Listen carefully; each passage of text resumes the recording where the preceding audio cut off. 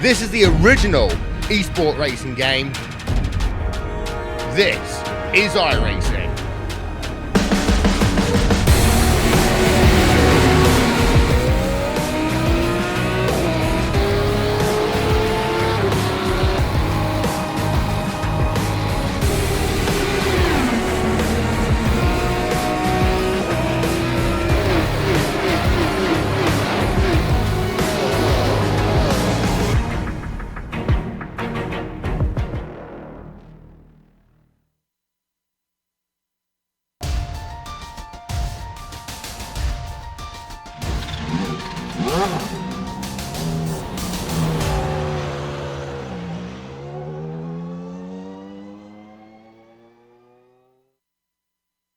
It's often touted that modern Grand Prix racing started in France. And though they don't hold the distinction of the first 24-hour motor race, the 24 Hours of Le Mans has come to signify the highest echelon of endurance racing. Put simply, racing is essentially a part of French blood and heritage. Even though the track has changed significantly over close to a century of history having passed, it remains one of the greatest challenges a racing driver can ever face. Today, we present a smaller version with no less difficulty as we get ready to watch the Majors 2.4 Hours of Le Mans, and you'll see it all live here on the Global Sim Racing channel and the iRacing Esports Network. Hi, I'm Joe Peak, and with me in the booth tonight is Bill Soup Zahn. Next to him is Sean Crackers Ambrose, and behind the scenes is our director, the Dr. Amjad Yaman, who is using cameras provided by Dougie Beard. Sean, this was one of the most requested tracks on iRacing for a long time, and it's a real joy to have it on the service now. Well, why was it requested so much? You know why? Because it's really cool. And enjoyed getting a podium finish here a few years ago, Joe, with you as part of a team effort. Listen, this old beauty, really, there are better tracks on the iRacing service, maybe debatable, but the 33 turns on its full layout here, just over 8 miles, almost 8.5 miles, 13.63 kilometers. It's a bunch of private roads, race-specific sections of the track, in addition to a couple of public roads that run through it that remain accessible for most of the year. But what you've got to remember about this course is up to 85% of the lap time is spent basically laying full into that throttle, baby, meaning, well, it's tough on the cars. A lot of max speed here. The LMP ones will be over 200 miles an hour today. But this, again, just a real classic. The best way to take a look at it is on board for another GSRC lap around Le Mans.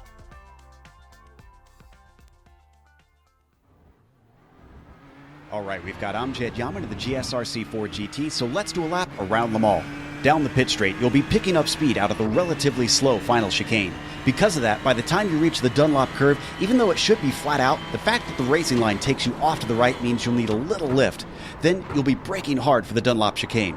Those tall yellow curbs can badly damage the car, so try not to cut into the apexes too far. From there, you head under the Dunlop bridge and swing into the Chapel Rundown. Hug the car to the right side because you'll want a nice wide entry into the Forest S's. Watch out for the hump coming off the right-hander because you can lose the car by being too greedy on the power. Then you've got just a brief moment before you hit Tertre Rouge. This is one of the most important turns on the track because if you're slow off the corner, it'll hurt you all the way down the first bit of the Mulsanne. The chicanes break it up, of course, but this is still the fastest one of the 3 parts. Skipping ahead to the Forza chicane, picking your braking point will be tough but critical. Don't go outside of those cones to the left because you'll get an automatic slowdown penalty for abusing the track limits. Setting up a good exit would be wise because once again, we get dumped onto the Mulsanne. But this time, instead of staying to the left, you head to the right side since the Michelin chicane is the same but mirrored. And as you'd expect, you'd approach it the same. Sacrifice a bit mid-corner to ensure a nice clean launch. Finally, at the end of this notorious stretch of road is the Mulsanne corner. The kinked braking means it'll be tricky to get the car slowed up from such a high speed.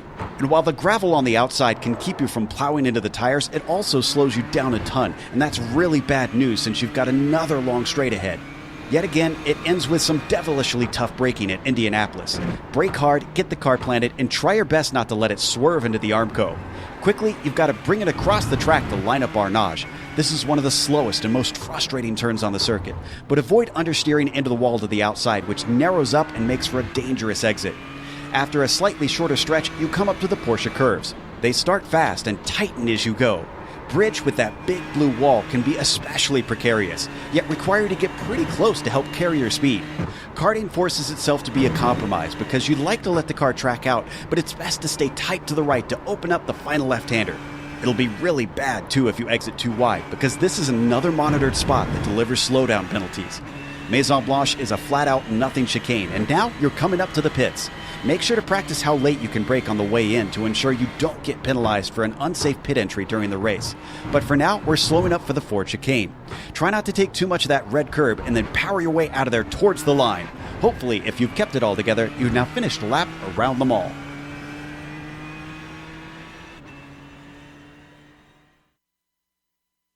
They see how long of a lap it is around here, as we had to cut out significant portions just to get you through that in time. But Bill Zahn always gets us through the points in time, so let's jump to him and talk about how the championship is going. We've got 4 of them to go through here as we hit round 7 of 14. Liam Quinn jumps onto the overlay for the first time. I like to call him Mr. Excitement, the Kinetic Americas driver, sitting down there in 4th. Well back, though. Look up on top. We've got ourselves a point race between Blake Reynolds and Matthew Thunhorst. Now, it's only 9 points difference when you consider that it's 1,693 is what Reynolds has. It's basically a dead heat right now. This is going to be interesting today to see how this plays out. Let's go ahead and look at the team championships now. Getting a real slow start the season was Riding Shotgun Motorsports up with the Outlaw Group. They climbed up, got all the way up to 2nd before dropping down back into 3rd. Kinetic Americas, we expected big thing from them. I thought they were actually going to challenge maybe for the championship. They're still 409 back again with 6,300 being offered, so I guess they're still in the hunt. Alliance looks really good, though, as they sit on the top. Unorthodox hold station down there, and V-Apex got bumped off the top 5 last week. They are back. Good for them. Let's move down to the sportsman class. We don't always get to see these guys race. A lot of times they are down in the non-broadcast second split. Adam Lindgren continues to hold that spot, only 18 points up on Rod Powers. Now look at Rob as he jumps up. Wasn't even on the overlay last time. Jumps up well up there now, challenging for that. Everybody else basically holds station. Samuel Scott, Josh Cully, and Nick Kuhn all just get bumped down to spots as they go 3rd, 4th, and 5th. Finally, let's go to the Get Off My Lawn division here. This is the legends for guys who were alive when Neil Armstrong actually put his feet in the moon soil there. Bob Beltrami moves up a spot. It's the same top 5 you saw last time, pushing Wayne Hutchinson down. Brian McGreevy, who I always thought was a young guy, he makes the overlay for the first time. I got to know Brian when I said that I foolishly called him Brian McGreedy, and he said his mom and dad watch, and I thought he was a youngster. Now I realize that that's not the case. Those are mom and dad watching the old-timer race out there. He sits in 5th position. Of course, Brian Bennett up on the top. Brian Barnes gets bumped off. Popsicle by not racing. Jimbo Pfeiffer in 2nd. Joe? Thanks for that, Bill. And you can see the cars are warming up. Qualifying has already been set, so this is just drivers getting some laps in. That gives us a little time to familiarize our viewers with what this race entails. Sean, why don't you run down exactly what is going to be happening today? Well, welcome to round 7 of 14, everybody. And, today we've got all 7 Max cars here on the iRacing service. You can only have 7 in a race total. We've got 3 different classes for you. The LMP ones, which are the Audi, a diesel-powered LMP1, and the Porsche, the Honda HPD, the LMP2s, and the GTEs, the BMW, the Porsche, the Ferrari, and the Ford GTE, which in real life will be making its final appearance at Le Mans this year. They're pulling the Ford GT program from racing, and it'll be sad to see it go. Now we're doing this one for not 24 hours, but 2.4 hours today. That's 144 minutes on the clock, folks. And the setups, well, of course, they're open. They're wide open. You could do anything to these cars, and trust me, they've been doing it since we wrapped up at not Miami, at Indianapolis. So that's a Freudian slip there. But yeah, they've been working on these setups for weeks now. Lots of practice sessions, lots of time put in. Going to be a great race today, guys. Lance Nasir sitting on the GTE pole. Jake Feineman sitting on the LMP1 pole, and on the LMP2 pole, Justin Hess makes the pole with a believe it was a 3:29.178 to get the LMP2s. Just amazing how quickly they can get around here, riding on board with Feinerman right now, who runs his way down the very long Mulsanne Straight. Now, as always, we like to try and help people support the majors where they can because it is a big undertaking. So if you'd like to toss them a couple bucks, well, you can get some swag in the process. Go to their store at www.pacificmajors.com/store. Get yourself some gear and show off your pride in the not the Pacific Majors anymore, the Majors Racing Series. But that's not the only special thing they've been doing. They've been doing another thing this year by allowing members to nominate charity causes for each round. And drivers can buy extra qualifying attempts, and that money goes towards each round's cause. Now, Race 7's charity, is the National Multiple Sclerosis Society. People affected by MS can live their best lives as we stop MS in its tracks, restore what has been lost, and end MS forever. The majors raised $60 towards the charity this week. If you'd like to find out more or how you can get involved, check out their website at nationalmssociety.org. That's another wonderful cause that I think they've actually been involved with last year as well. I want to say that was the Knoxville race where they have that as their charity. As always, this race is brought to you on the iRacing Esports Network. Make sure when you get the opportunity to go over to their YouTube page, click subscribe, and you'll get the rest of the majors all year long here on your YouTube feed. Taking a look out at the track and how the warm-up is going. Pretty warm temperatures, but not too warm here, Sean. It looks like 92 degrees track surface. I think the real issue is probably going to be the difference in various places because, last year we didn't have this this changing sort of surface temperature, the changing shadows and everything that we're going to have this year, where some parts of the track could wind up getting a little warmer than the other just due to the shadows changing, Sean. So as a former crew chief that's had to deal with this, I mean, what do you do with the car? Is there anything special, or is it just kind of have to be a compromise? Well, it's a beautiful day in Sarthe, and I don't know that it'll get much hotter. It may throughout the race, but I think 100 plus temperatures, maybe not in the cards today here, but we'll see. Now, what the shadows, the clouds will do to this track, well, honestly, Joe, what can you do to compensate for that? Maybe a little bit lower tire pressure. You can make those types of changes. You can fight the brake balance of the car as you go through the circuit. One of the things I learned today by watching the European majors was, especially in the GTEs, downforce settings can be a really, really big issue as well. A combination of the weather and not getting your downforce dialed in. And what do I mean by downforce? Well, I mean adjusting that rear wing on these cars to either create a little bit of drag and make that car stick a little bit more to the ground, or leaning it out to where it's basically flying at an unreal rate of speed. The sacrifice there is that these turns around this track, we talked about 33 of them, boy, your car really doesn't turn as well when you've got it all the way trimmed out. And maybe the track has gotten really hot a certain spot where it's been under sun for most of the race, you're going to have trouble. So again, you've got to be on top of your adjustments that you can make if you missed it on the setup. One of those being brake balance, the bias you set either towards the front or the back, your wing settings, things like that.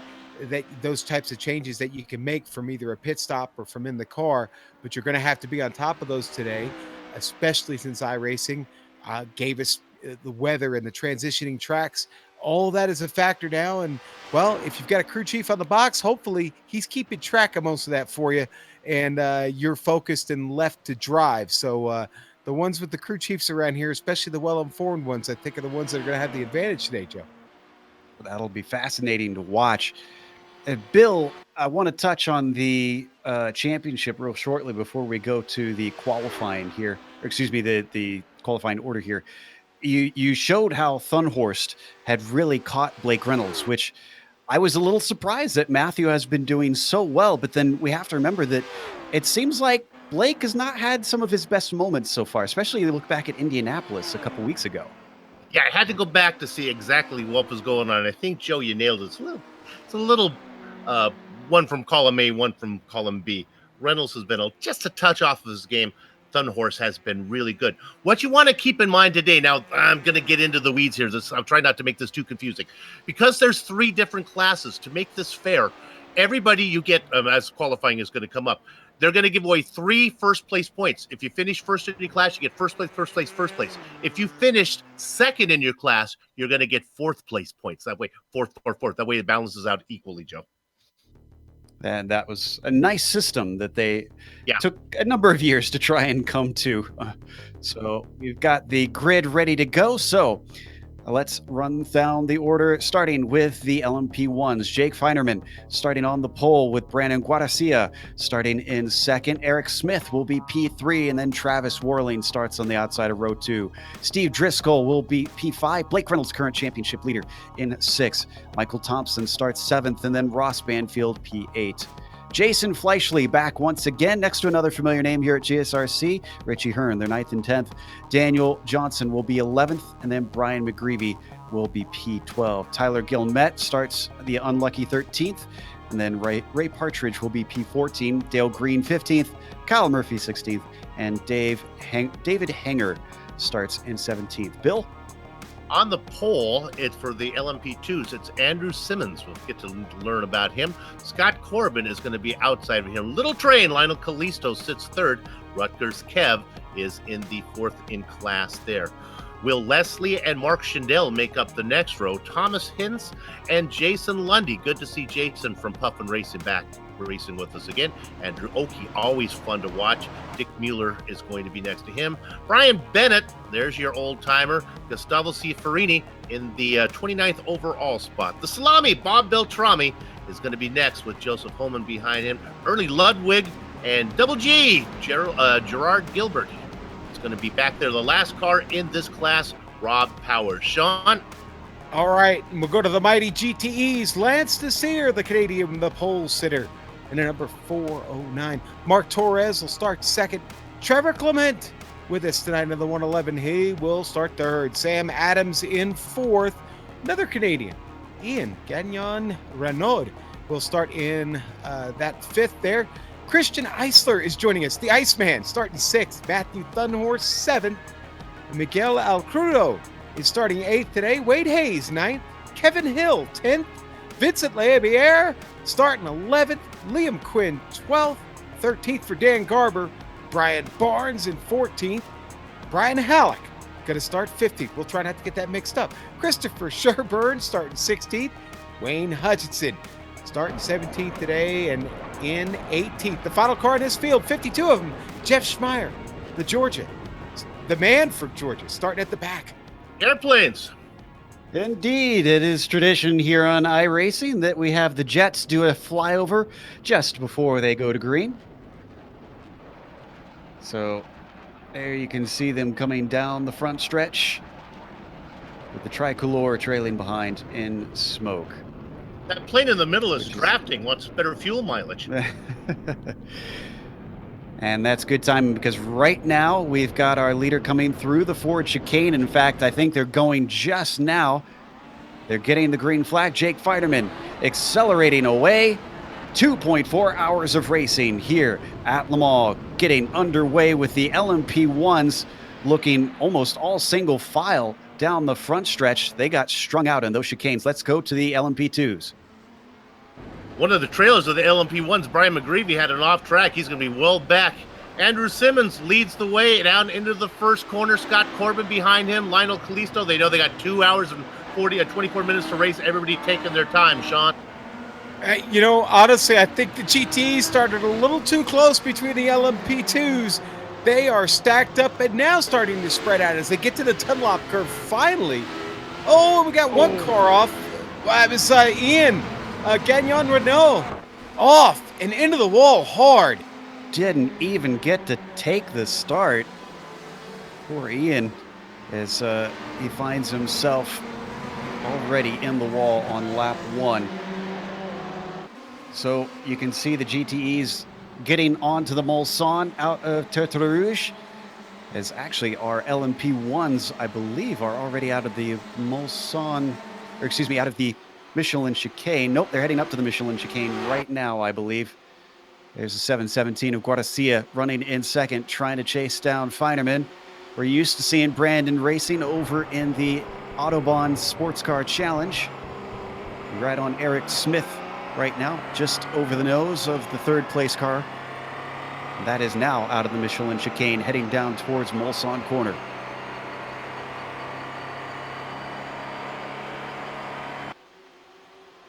Other than our incident early on, very well behaved as the LMP2s get through the Michelin chicane now as well.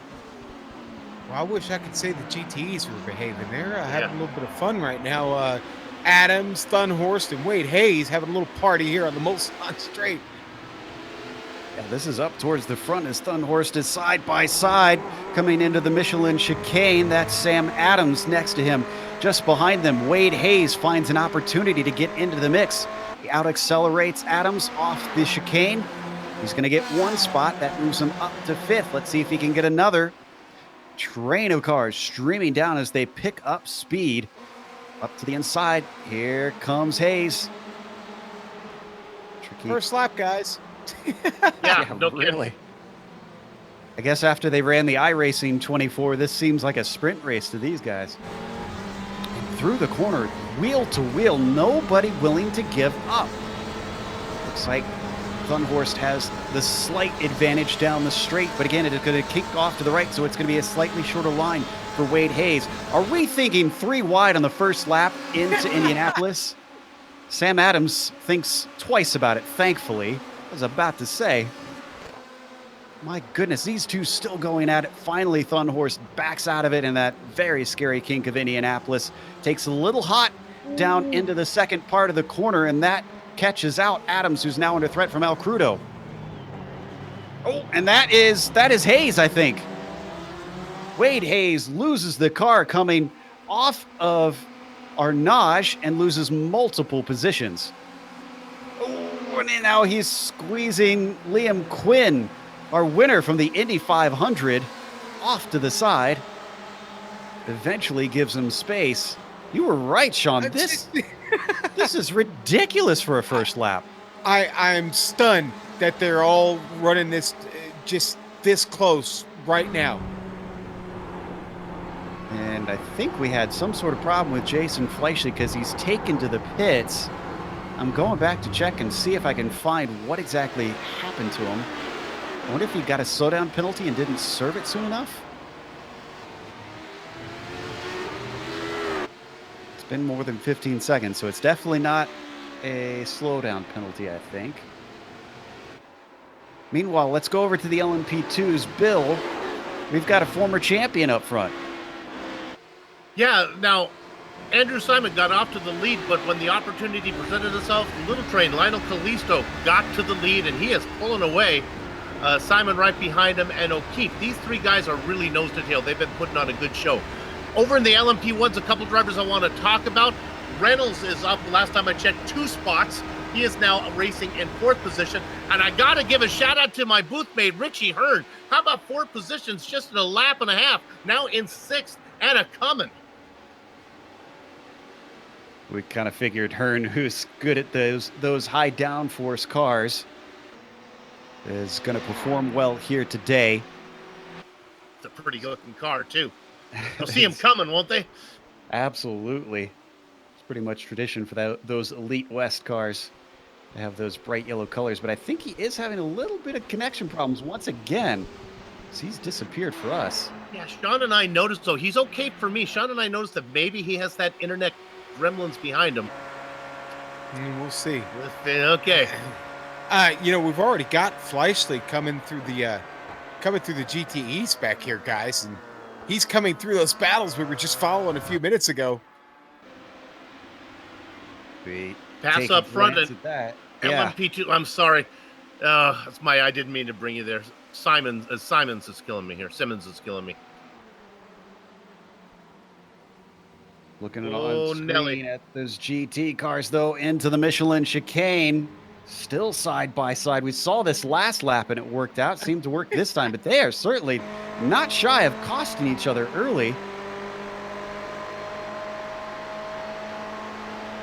Down Yeah. this on once more.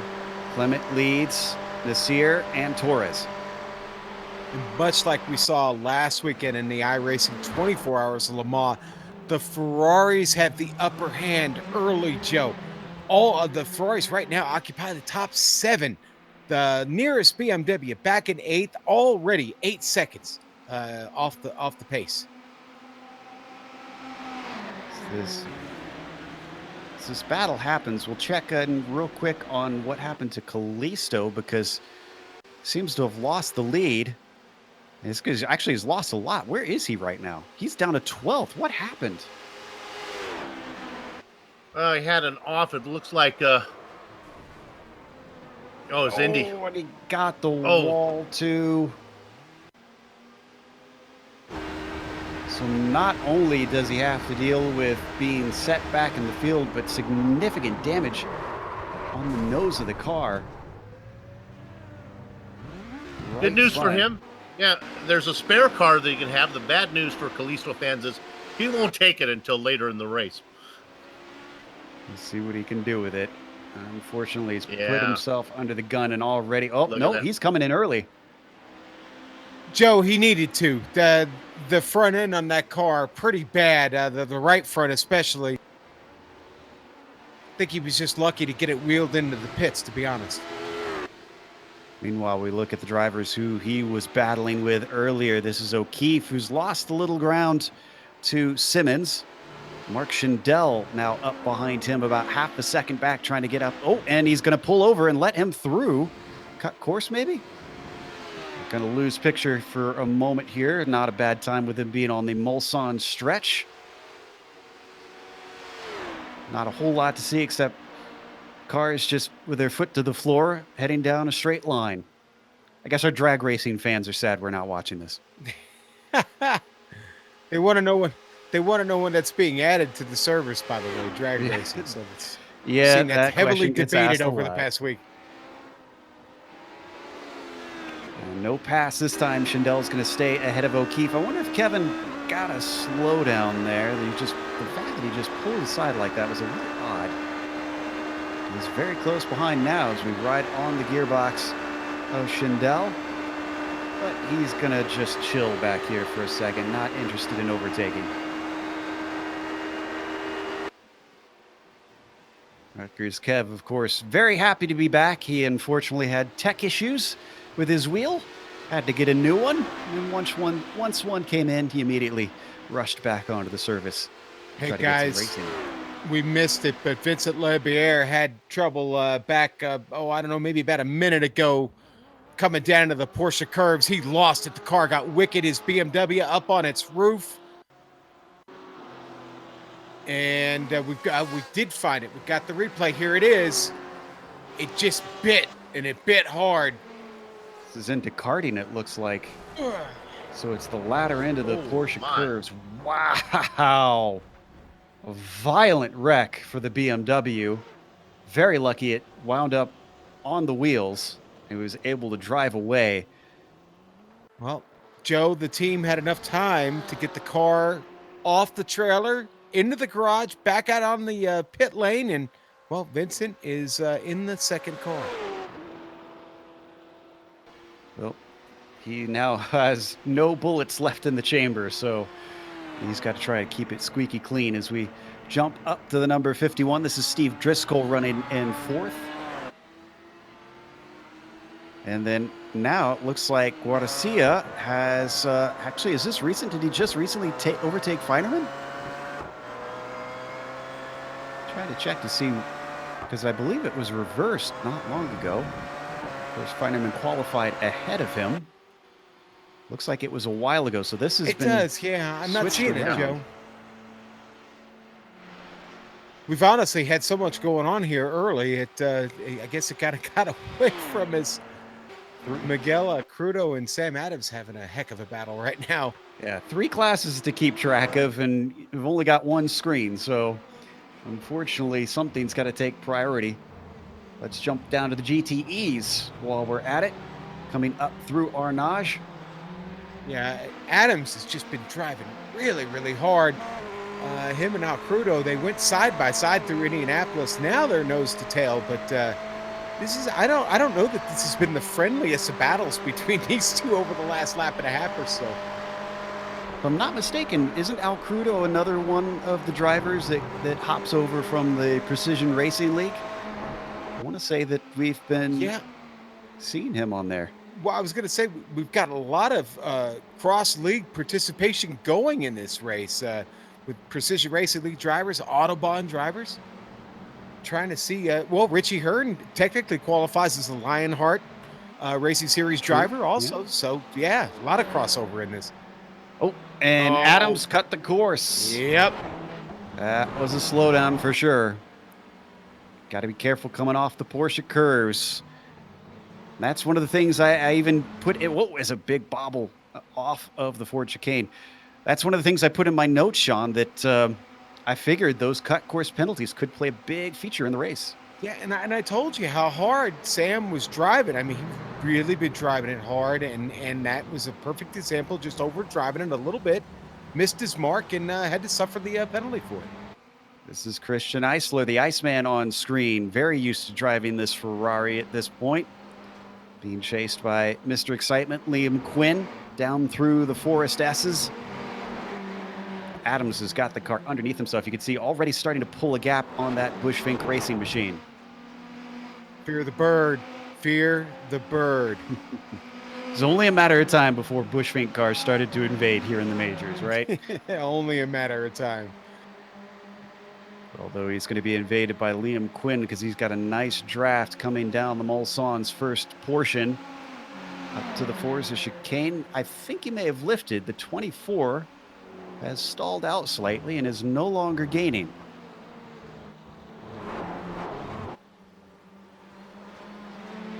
They go through that first chicane.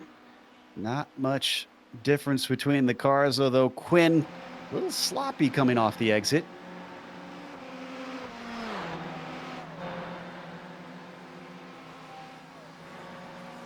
Let's take a glance up at the lead for the LMP1s because Jake Feinerman has closed this down to within half a second, and it's been closer than that at certain moments. This is, again, for the overall lead, and this is looking awful tight, even though we're still early in the race. From the corner, Guardacia gets himself a nice little run, extends it up to 0.6 of a second. And they have gapped third-place driver Eric Smith by over 3 seconds. So they are running a torrid pace as they get some of the first of the lap traffic.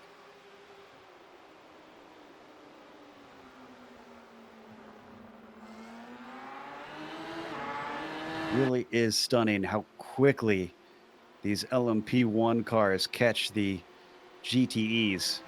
And I don't just mean in terms of lap time, but how fast the speed difference is in a straight line. And Joe, listen, the sight lines on all of these cars really aren't great. The rear facing cameras are great and having that on your dashboard, but you still frequently get caught off guard by the speed at the closing rate of these LMP1s. They just seem, as a driver, they always seem to catch you in a worse spot, whether it be in Indianapolis, and then of course that's tight enough getting through there at full speed and having to turn the car. An LMP1 coming through, what do?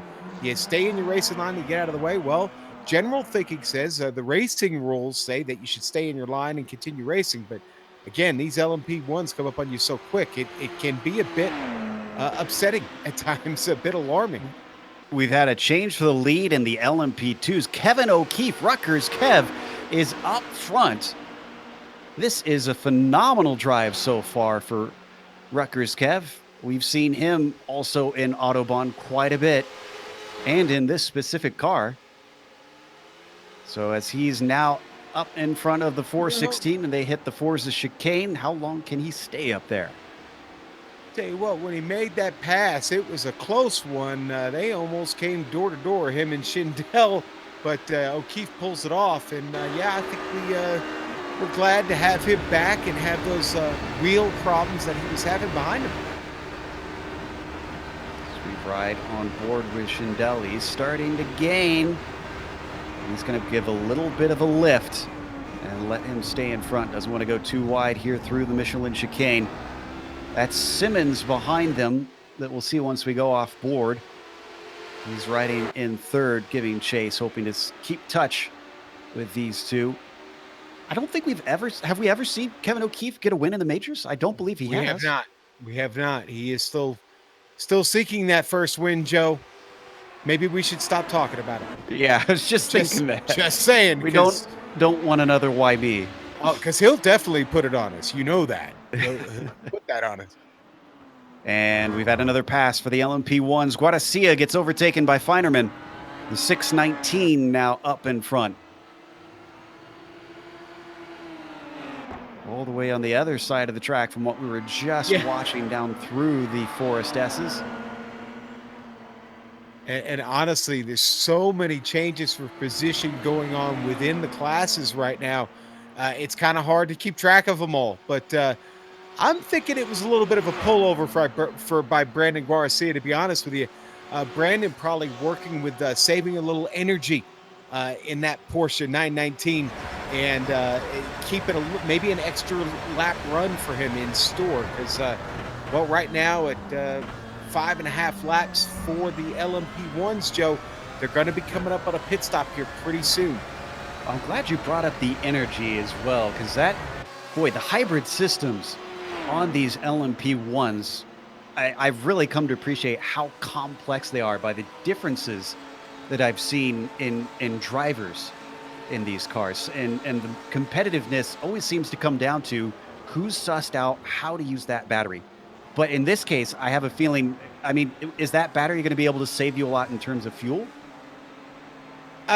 It is actually, Joe, and if you're really good at it, you can get about 40 minutes out of a run in one of the LMP1s. Now, if you're not working it quite as well, say you're not making any adjustments at all, the difference that could be about 5 minutes. You could be looking at about only a 35-minute run. So that 5 minutes, if you start looking at the lap times of an LMP1, which is somewhere in the low 3 minutes, 3:17s, 3:20s, that 5 minutes can make a big difference over the period of only a 2.5-hour race as opposed to a 24 one. It can be even compounded more so because of the pace we're seeing. This sprint race format, oh no. Miguel Alcrudo. Oh, in trouble getting back on. Ouch. This is over in Arnage. He started on his own. It didn't end that way, unfortunately. Lost it on entry. Hard on the brakes. He might have been fighting the brake bias there. Yeah, he tried to re-enter, and that was Sam Adams, interestingly, who clipped him. Not sure how much. We'll see it here. This is a great angle. Just didn't expect him to be coming back on the track. Even tried to give him room, and Alcrudo hits the wall. So as we come back live, the traffic now starting to get a bit thicker for our LMP1s. We got a great battle with Richie Hearn and Ross Banfield. This is for 7th place. They've swapped back and forth a couple times as they're trying to weave back and forth through the Porsche curves and the other GT cars.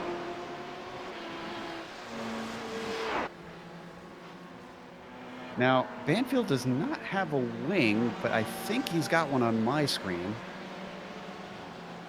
Yeah, he's got one on mine too, Joe. I think we might be having a little, what they call a visual bug here in the iRacing service. So that's okay. Yeah, Ross still looks plenty fast here. Hearn right up the wing, though, right now. He could use the traffic to his advantage. See, Ross just really got it trimmed out, that's all. Right? He's going for straight line speed. So go on their way past Kevin Hill. Going to get to the Mulsanne pretty soon, so that should be some relief with a straight line up ahead of them. That is Travis Whirling as well, getting held up a little bit by Dan Garber. That gives a bit of a whiff of hope for Banfield, but he gets held up coming through Tertre Rouge, and now they hit the straightaway, and all of them string out once more. Joe, I heard a certain driver today, every time he went through Tertre Rouge, say, please no slow down, please no slow down, please no slow down. If he's watching, he knows who he is. I mean, that sounds like my experience through there, honestly. Meanwhile, Driscoll's got some pace underneath him. Looks like certainly does. Got to run. He's got past Smith, and he's caught Guarcia. So now he is in the fight for the overall lead. The number 51 joins the fray. We ride on board with the unorthodox driver. Might have been saving some energy towards the end of this run. Now he's turned up the wick, Joe. He's got some partners to maybe come and pit in with. And these are all three Porsches up at the front. Our first Audi is in fourth, Eric Smith, who's fallen back. Pass for the lead potentially here. Find him into the outside. And, Guarcia to the outside as Feineman gives it up. You know, kind of cool to see a noted GTE driver wheeling that LMP1 around here in Brandon Guarcia. I'm still having to come to grips here with this, that he's driving an LMP1. Well, before they switched over to this season, remember Brandon was racing the LMP1s last season in Autobahn, so this doesn't surprise me too much. That's true. He continues to lead on the way into the Porsche curves. We are on lap 7 currently for these cars. How many laps did you say was the stint, Sean? Well, honestly, I got it dialed in a little bit more to minutes here at Le Mans, about 40 minutes in the LMP1. So, I don't know. I'm thinking maybe that should be about, let me do some quick math here. Probably about 14 to 15 laps. Yes, exactly. Yeah, because we've just done 24 minutes, so. Yeah, and they're right now lap 7 for them. So, just now becoming lap 8. About halfway through the run here at this point, maybe a little bit more than halfway actually.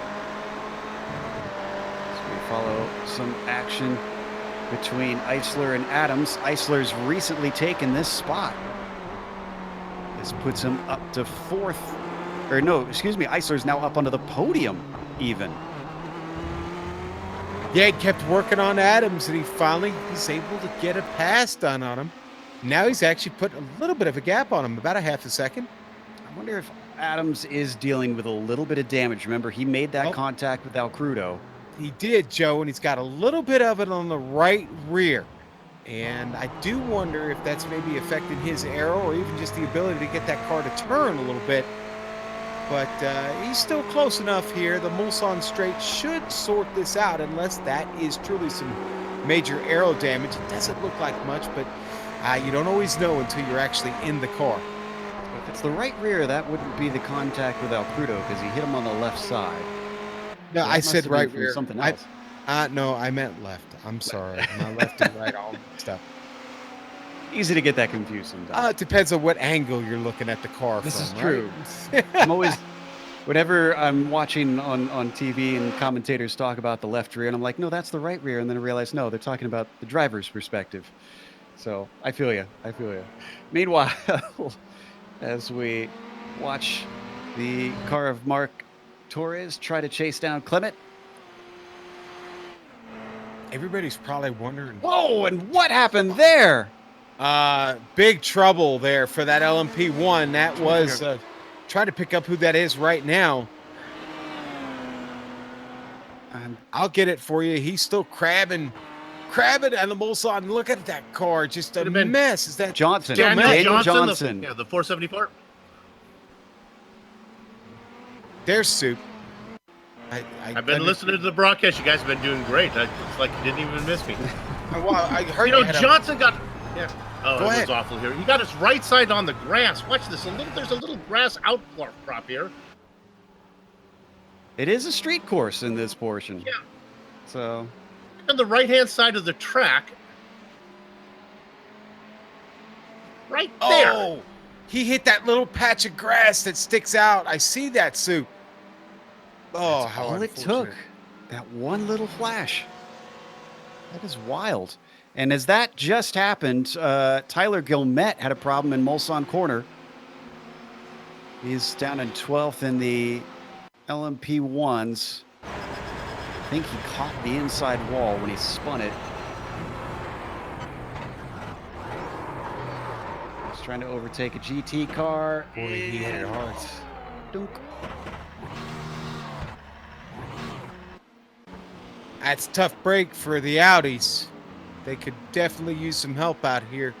I did say earlier that car's a tank, though. Maybe he got away with one. Hopefully, it didn't hurt the car too much. Well, he certainly didn't hurt it as bad as Daniel Johnson, who continues to limp, because it looks like Gilmet is still going on in 12th without too much of a pace disadvantage. Glad to have you back in here, Bill. We've been enjoying some action out there, including here in the LMP1s, what we've switched up to. It looks like Simmons is now overtaken from O'Keefe. Takes a long time to do a reboot here in France, let me tell you. A lot of information going on. Yeah, you know what I like is what Driscoll is doing. He's really got good pace behind in the LMP1s. Racing in third, he's ran down Feinerman and Garcia. I'm surprised Blake Reynolds, he didn't have a great qualifying, and usually I'm going to be good when it comes to racing, but he's having a hard time. He's back in fifth and making no ground up. And this certainly isn't like the oval race we saw last time, where you just kind of want to wait things out and let the race come to you. There's no caution flags to catch up. You have got to win this thing on pure Here's a pace. Pass for the lead, I think, as Feinerman makes the move on Garcia. Yeah, Jake and Brandon have been swapping back and forth a couple times.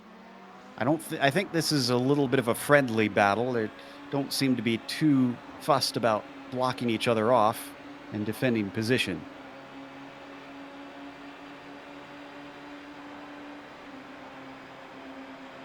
They work their way up to the Mulsanne corner. I think we might. Well, I thought we were going to have a pass for the LMP2 lead, but O'Keefe decided not to do it. He says he's back there just pestering Simmons. Oof. I'm a little bit worried about Daniel Johnson, though. He is limping not only very slow, but he's now hit the Porsche curves. It's a lot harder to hide and stay out of people's way. He's waiting for some gaps. Looks like he's got one there. I almost think at this point Daniel probably should have just taken the toe. He's losing a lot of time.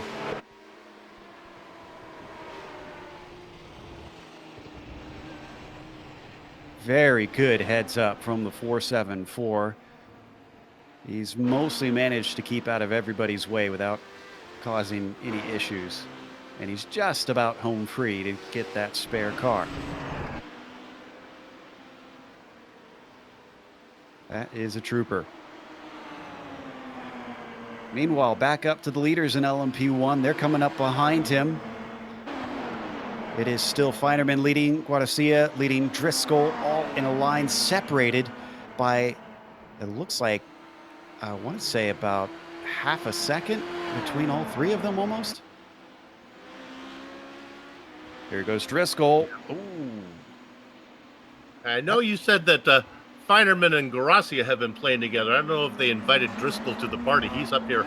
Right. Oh, he has a bad. Goes over the curb there. He's going to lose a lot of time. Yeah, those curbs are interesting around here, Sean. It seems like some you can take and some you can't. Yeah, okay. Practice. That's the only way you figure that out, Joe. You got to. Oh, Blake Reynolds has had a problem. Hang on. The Ford chicane. Oh. But pretty. I swear, even when he makes a mistake, it's pretty. Look at this. Manages to avoid the wall. Here we are on the replay watching from above. I think this is very similar to what we saw a moment ago, just a little too much curb. It's in the second half here. Yeah. Okay, so that inside curb, that curb on the inside, that very last one there before you straighten out the car, go to the start-finish line, that one is deadly. You don't want to pop that one. You watch the GTEs do it, it looks like a ballet. The LMP ones, no. That's more like a metal show. Watching an LMP1 get over those pubs. So that slots him down to 7th place, unfortunately. That's Richie Hearn right behind him.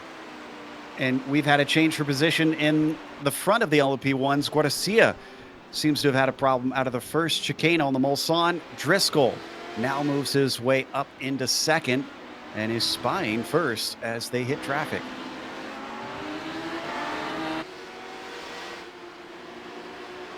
It's Ernie Ludwig that they're going by in the LMP2s.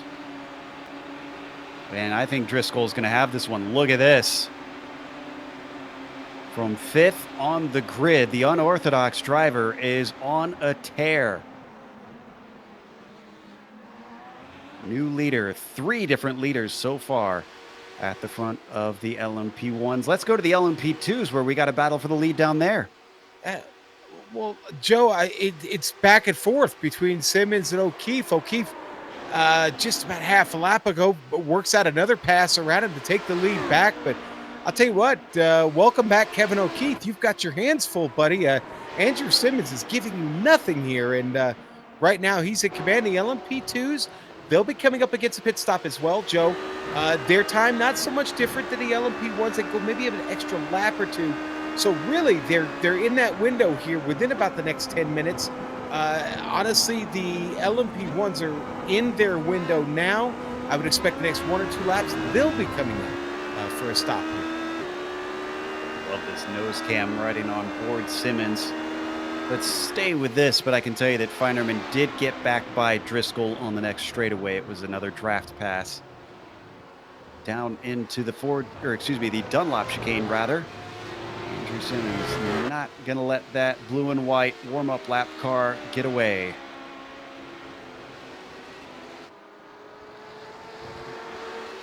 Wow. Driscoll just got around Feinerman again, and now we're going to go down to P4 in the GTEs. Yeah, it's between Quinn and Quinn and Adams. Yeah, Eisler's actually kind of checked out on them, Joe. He's 2 3/4 second up the track now. Quinn up 8 spots. I mean, I'm not too shocked at that, if I'm honest, Bill. Yeah, we're talking about a guy who's won here in the major series before, and right now probably playing strategy more than anything. I think we'll see him fighting for the lead here at some point. Locked him up a little bit into the Mulsanne corner.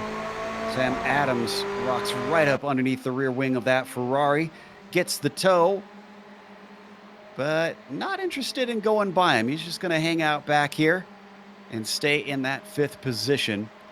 The only thing that I feel like should be different, Bill, is I would feel like for Quinn, the HPD would be most similar to the Indy car, and instead he chose the GTE. Yeah, that's what surprises me. I've covered him a million times in the Absolute Beginner League where they race the underpower cars. They've moved it up a little bit, but he's a mid-packer in a Skippy. He's just a non-factor. Put him in something that has some umph in it. Man, he's something else. Yeah, I would have expected him to be in the HPDs as well. Not even close to halfway through this race yet. Still much to go. If you're just joining us, this is the Majors 2.4 Hours of Le Mans. Your current leaders in each class are Jake Feinerman in the LMP1s, Kevin O'Keefe in the LMP2s, and Trevor Clement in the GTEs. Mark Torres certainly giving the 111 of Trevor something to think about, though. There you see him in the blue Ferrari just behind. And I thought for a second we were going to get a pit stop from Trevor. Just swinging wide for the entry into the Ford chicane. Maybe because I do points, I'm always thinking big picture, but when I think about our points leader, Reynolds is sitting 7th. He's going to get 7th place points. Thunhorst is in 6th. So if the race were to end, actually Thunhorst is, he's in 6th. If the race were to end now, which it never does, I think we'd have a new points leader. That's true, because the jump from one position to the next is a lot larger in this multi-class race. You see Thunhorst on screen. Well, that's the difference between 18th and 21st. Kind of curious how we're doing on the team stuff as well. The Alliance livery on that car made me remember what's going on there. Unorthodox certainly seems to be doing well in the LMP1s as we jump up to those leaders. you mentioned Alliance. Would it be wrong to admit what T-shirt I'm wearing? Oh, during the broadcast? Driscoll And there's an makes- LP1 peeling off. Yep. Here we go. That is Steve Driscoll coming Gonna in, bring and he's Garcia joined with him. by Garcia. And thankfully clean into the pits. Boy, that's another, well, Sean, I've discovered the dangers of entering the pits here, embarrassingly. As a crew chief, you certainly don't want to make a last-minute decision to tell someone to pull into the pits because it can be a bit deadly. You can wreck the car up. Not only that, you get penalized on that entry, and that costs you 15 seconds in the box. There's Richie Hearn bringing his car in. Is that Richie? Yeah, that's Richie coming in. Yeah. Driscoll, Smith, Warling, Hearn, all in from the LMP1 class.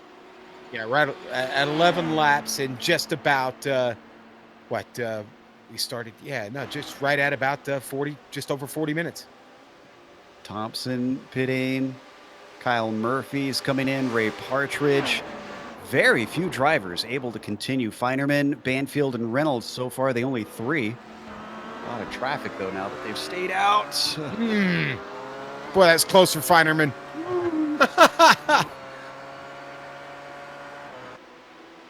We've seen that exact move go south very quickly. So it's not as chaotic as we saw yesterday at Tsukuba, where we had much slower cars, all the much more compact space. But it is still an endurance multi-class race, Sean. So that element of survival, I still think, a part of winning here. Oh yeah, I think whether it's 2.4 or 24, it really is survival. On the multi-class level, I mean, single class, it's a totally different ball game. We were talking about the closing rate of the LMP1 earlier, and honestly, the LMP2, again, a much faster machine than the GTEs. So you've got three classes, all varying speeds. Anything can happen, will happen. This is not an easy course, despite the fact I said in the intro that you're on full throttle 85% of the time. It's the scariest 85% full throttle you'll experience on any track here as an iRacing member. And did Richie have a problem?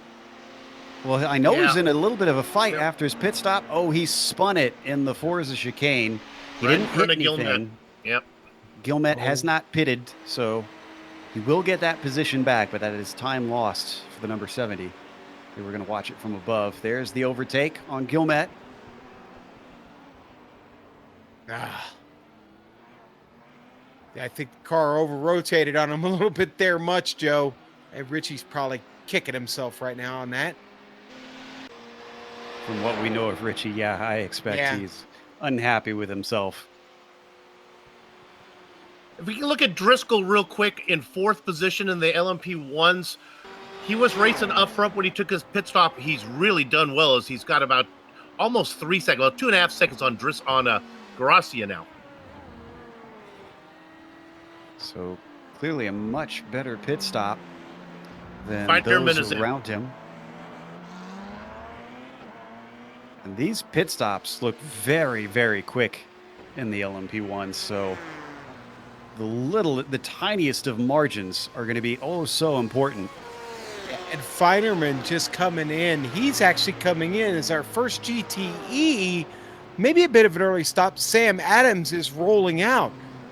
Now, Adams had that damage that he was fighting on the left rear of the car. It's been repaired. So I wonder if that pit stop for Adams was more a situation of, you know what, the car was just a little bit too far off. I need to bring it in. Boy, he came out in the traffic too. Look at that. That was O'Keefe getting by? No, that was Cianfrani getting by as Adams got back out on track. A little earlier, we did see O'Keefe continue a great battle as Adams goes off in the Ford chicane, or excuse me, the Forest S's rather. Oh, and Feinerman is out, and Driscoll behind, and Garcia. In fact, Feinerman, of all three of them, comes out by far the worst. Boy, and Feinerman really struggling getting back going, Joe, as he got into Dunlop. We're clattering over the curbs, the car just really out of shape.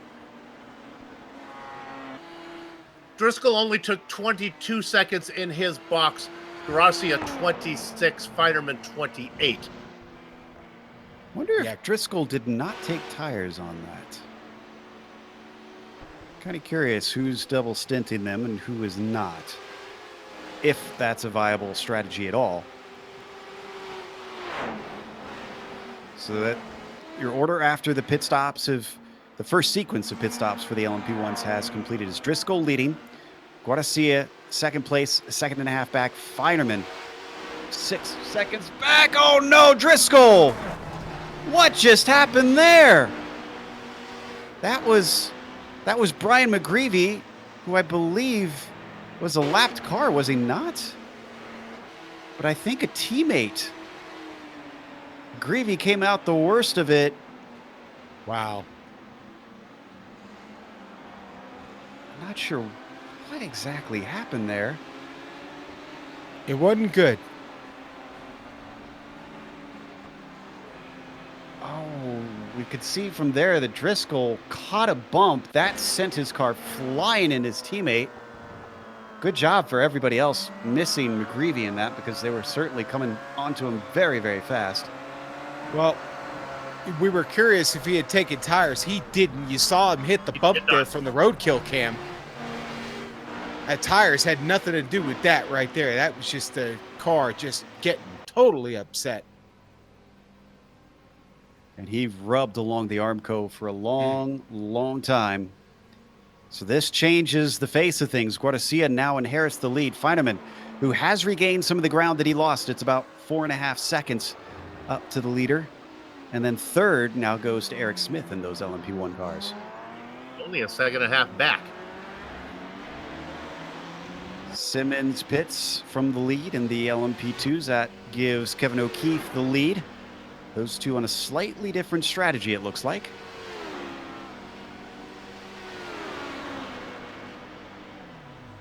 And Starting to see more GTs come in. Wade Hayes, Miguel Alcrudo in. Hayes hitting his box right now.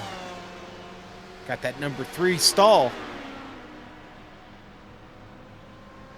So as we watch one of the Kinetic drivers in his Porsche take his scheduled service, jump back up to our leader, Mark Torres, down in the GTE class. He's got a 1.5 lead over Trevor Clement. Another Kinetic driver. Actually, yeah, that's a good point. These Kinetic drivers, could they have a good haul coming home today? They're usually in a top fight with Alliance. So far, Clement being an Alliance driver, they've got points over them in that situation. Yeah, and trust me, the Kinetic guys have been making adjustments all weekend, from the international race to the Euro race to this one. I would think they have their sets dialed in at this point and have learned from mistakes. We know the Kinetic team, one of the hardest working ones out there, Joe. They share information, they work together on this, and they put a lot of time practicing on track. Well, not only the setups, but I would imagine strategy by now has got to be nailed down for them, because they've had a chance to try just about anything you could think of with 2 previous attempts. Now, coming up behind these guys is Kevin O'Keefe here in the LMP1 leaders. He just got around Matthew Thunhorst. William Quinn up next. It's caught up slightly through the Mulsanne corner, and now coming up the run towards Indianapolis makes easy pickings out of Quinn. The slower GT car just staying out of the way. 1.5 left to go. More problems for Reynolds? Oh my goodness, and Reynolds is on his lid. This is in the Forza chicane. Oh, it almost looked like the car just would not stop. Is this a hardware failure? Well, I saw him clatter to the curb. That's the only part of it I heard, but no, he went in full speed. Now, something happened there. That was not as planned.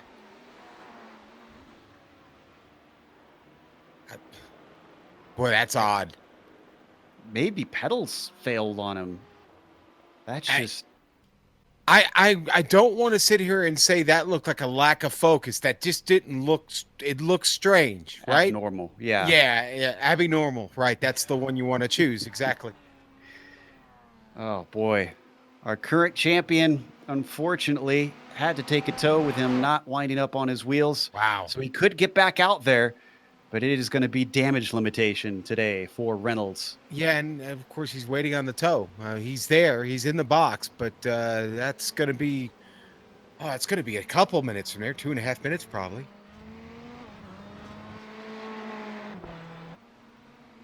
We're hearing from the chat that it was intentional, maybe? Yeah. Okay. That really surprises me. Because he's already had to drop one of the road races, has he not? I have to go back and check my stats. Well, I don't think they've started calculating drops yet, but we'll see. This is good news for Matthew Thunhorst, though, as he's going to get good chances to score some points. Well, keep in mind they only get one drop per type of racing, though.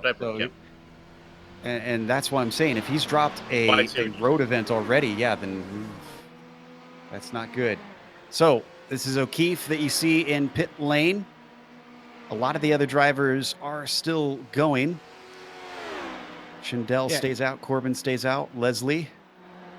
So now we're seeing the LMP2s are good for about 1 to 2 more laps than the LMP1s.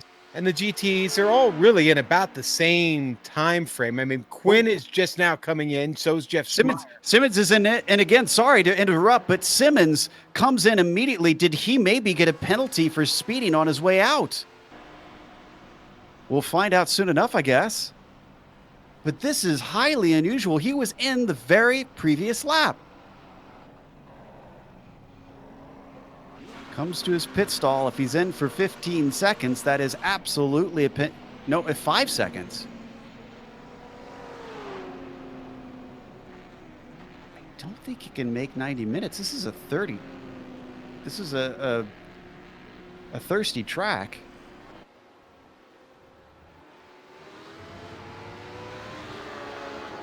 I'm stumped on this one. I'm trying to figure it out. I can't seem to find any rationale for it at the moment. I just don't think that you can make it to the end if that was a splash and dash, which I don't think that was. Yeah, it doesn't seem like it would be 5 seconds. Wouldn't really get you there because, well, no, I guess they can go longer than an hour typically. I'm just so used to Autobahn in these cars. Maybe it's tight on being able to make a one-stop strategy. So this is we'll have to do some research to figure out what exactly is going on. Yeah. I mean, I'm trying to remember Callisto. Now, see, Callisto's been in once already, but that he had for repairs. That was for repair, right? He's in his spare car. It was a quick stop, but he's up against the window of having to come in again. I found it coming right out of pit lane. He made contact right out of the pit lane the first time he punted Brian Hollock. He had damage. Okay. Out of his first pit stop. Right. So now he's only got about a couple laps left, and he's going to have to come in. So he's obviously off pace from everybody else now. But, so he came in for a new nose. I thought I saw the nose blink away when I was watching the feed. I was just trying to find some sort of a rational answer for what happened to Simmons there. Yeah, that was Simmons. Yeah, that's what it was. He had the contact coming out of pit lane. Okay. I'm sorry. My misunderstanding. Okay. We've got that straight now, don't we, Joe? Yeah. Yes. And by the way, this actually puts Kevin O'Keefe in an even better position to take away the victory because Simmons was the only one keeping pace with him. This is one of the teammates there on Kinetic coming in. Is that Scott Corbin? Yeah, Scott Corbin coming in there. Schindel just pulled in ahead of him. Corbin's going to pull in.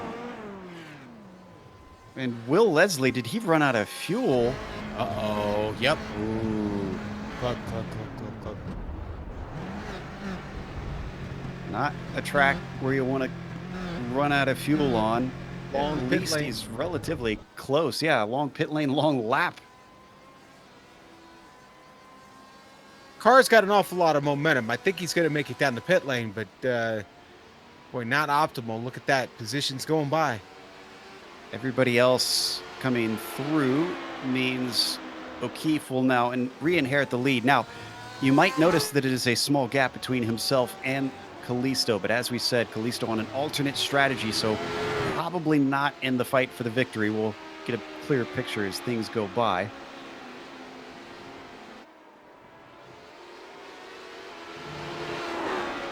Still waiting on a number of our GTE drivers to come in for their stops. Highest running pitter there is Liam Quinn, and he is in 7th position. I would not be shocked if we see Mark Torres pull in here. We're going to see a change for the lead on screen, even though we're not sure that this is really going to be for the lead, but Little Train back up to the front. Callisto manages to get by the 629.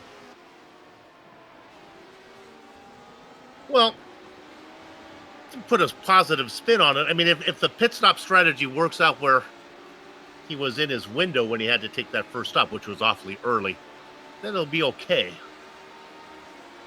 Yeah, we're still trying to figure out if that's the case, though. Yeah. He's pulling away very fast from O'Keefe, though. Must be that lighter fuel.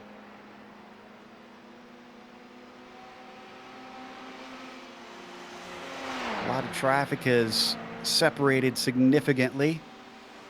Thought we were going to have a battle for 3rd position in the LMP1s as Eric Smith and Travis Worling are relatively close. But I'm not totally sure that the 90 has got something for Smith.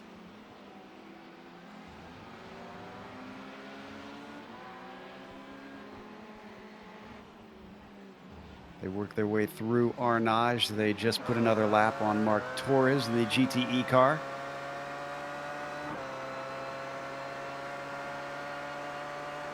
They've got about 10 seconds over Richie Hearn, which might not sound significant, but remember, Richie had a little bit of a spin earlier, and that's costs usually about 10 seconds to get the car going once again. So Richie could be in a fight for the podium here. Yeah, Could his have pace been in a fight for the podium. Well, I mean, his pace is still good, so that's great. Obviously, the car not in bad shape. He keeps the pace he's in. He could be fighting for the podium, Joe. This is racing, man. Anything can happen. So we'll see. This is true, especially at a track like this with 3 different classes out there. There could still be chaos that comes into play. And we had a car pitting in, looks like Clement and Eisler and Thunhorst. Yep. That Torres decided to stay out an extra lap. So Torres, I'm wondering if maybe he looked or had his spotter tell him what might have been ahead, maybe the lack of any cars. He decides to stay out for a burner possibly here. Everybody into their stalls. They've got a big gap to the cars behind, which includes Kevin Hill and Dan Garber. I was curious to see if anybody else elects to come in. Hill is going to come in, it looks like. So this might be towards the end of what's feasible. Listo making a stop. Boy, quick stop for Thunhorst. In and out. Where is that going to put him? Going to cycle out to second? Second, yeah, because everybody else seems to be pitting at this point, and they had such a gap to most of the cars behind that nobody was really in an opportunity to overtake. Torres, the only one staying out, seems to be on something, a little bit of fuel-saving mode.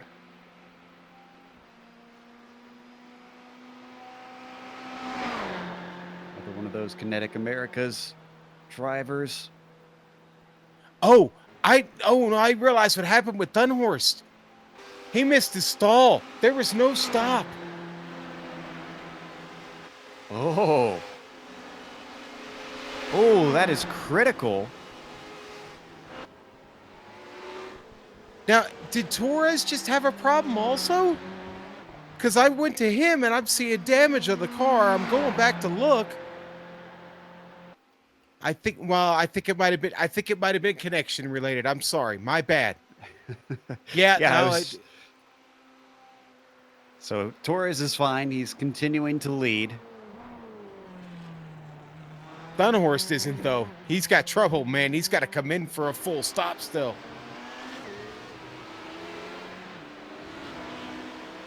So, yeah, Thunhorst is certainly, unfortunately, now losing tons of time because of that run through the pit lane. Well, has he not stopped? Is this his first stop, Sean? No, he missed the stall. Right. He drove right past it. So he's got to come back in. Well, the problem is he's got to go all the way around again. So if he cut it close, and he may not make it. Yeah. And he may not make it exactly. We're watching Torres work his way towards the pits now. We'll step away from him once he comes in. Our current leader is the longest running of the GTE cars. Dunhorst is soft shoeing it, guys. He's not got this car wide open. Torres now into the Porsche curves as we take a glance at Thunhorst. Well, he probably knows where his pit stall is this time. I'm guessing it's not towards the front. Yeah, he might need to land it cold stick though, because he might have to glide it in. He's shifting up through the gears really, really quick, getting into that higher gear just as quick as he can to just try and reduce the fuel burn here. Well, on screen you can see Torres able to stretch that fuel out all the way to his pit stop and in. Matthew Thunhorst, is he in the Porsche curves? Yeah, he's made it to the Porsche curves, so this is a good sign for him. I know we said we'd go, but let's just wait a minute to see if Matthew can get in there. He is barely on the throttle right now. He's just lifting right through. This will be your points leader, I think, if you can get a decent day here with Reynolds having trouble. Yeah, it's not the end of the world yet, because Reynolds is fully out of the race. Yeah. He's disconnected, and I think he managed to get there. Nicely done by Matthew Thunhorst. Crisis averted for the Alliance driver. Now we're going to step away for just a moment. We'll come back with the final half of the 2019 2.4 Hours of Le Mans in the majors. Don't go away.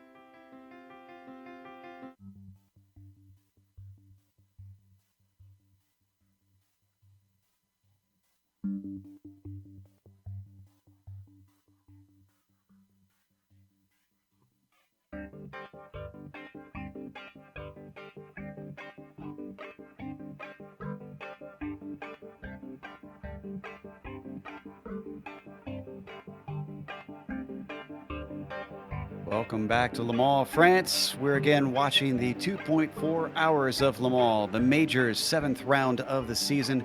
Brandon Guarcia is your leader in the LMP1s. Kevin O'Keefe is your leader in the LMP2s. And Mark Torres leads in the GTEs. Had a little bit of action while we were away. I can say that Trevor Clement had a spin. He gave up second place. Christian Eisler inherited that. And then I believe we're watching a replay. You caught this one, Bill. This is Schindel. No, I don't think we have anything here. My director must have misunderstood me. Schindel having a good race, though. He is still sitting in third position. Interesting to note, though, a driver that I am not as familiar with, a number 48 is in second. Thomas, I don't know if this is Hinz or Hines, but the Australian driver is doing very well in second. Schindel is about to get him, though. I think I did a little crystal ball commentating here. You can see on screen now that we're back live that as they come into Indianapolis, the 48 is under pressure.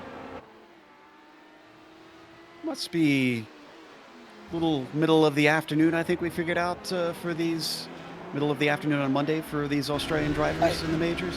It's either 11 in the morning or noon, depending on which side of Australia he's on. Oh no, Eric Smith. Remember, he was fighting for a podium.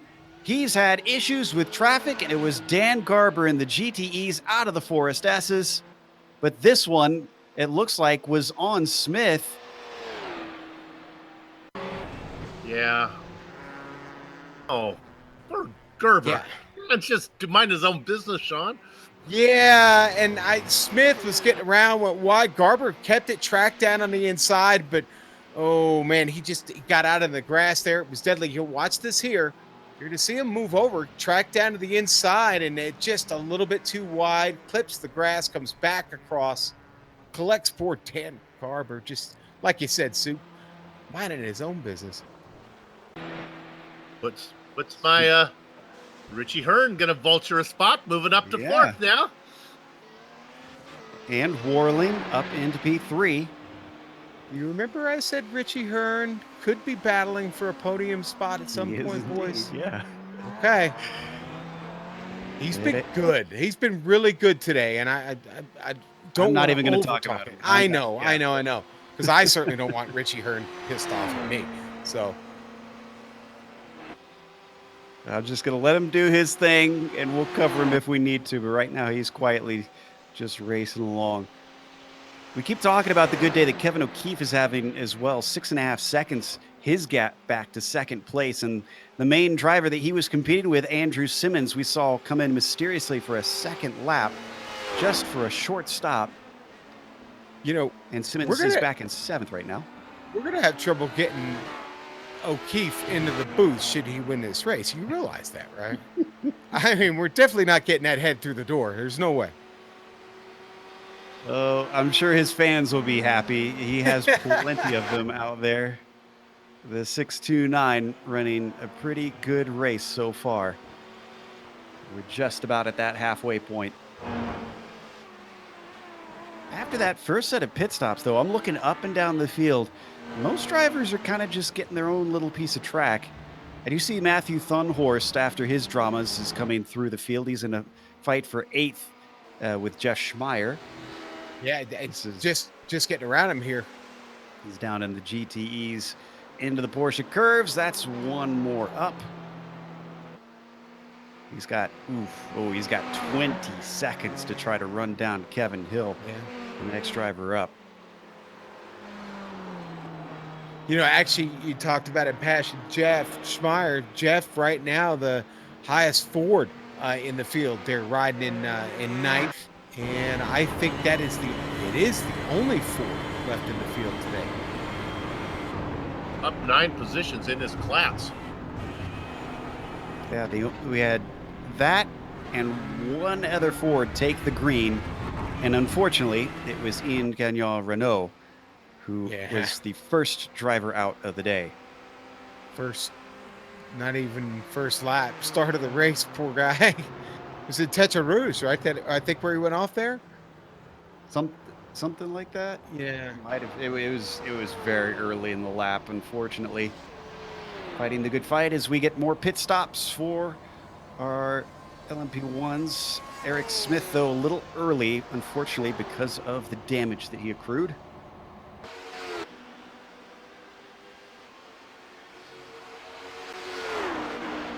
So he's going to be overtaken by Ray Partridge, who manages to get by. I think Kyle Murphy also going to manage to slip through.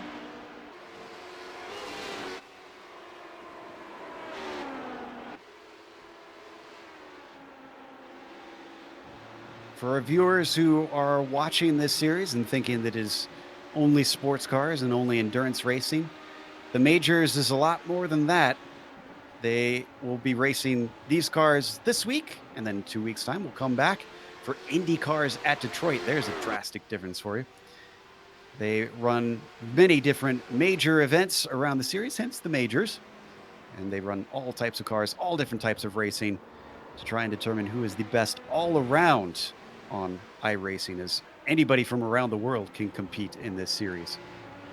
I've been watching the same battle we're watching on screen here between Hintz and Schindel, man. These two really wheeling it at the moment.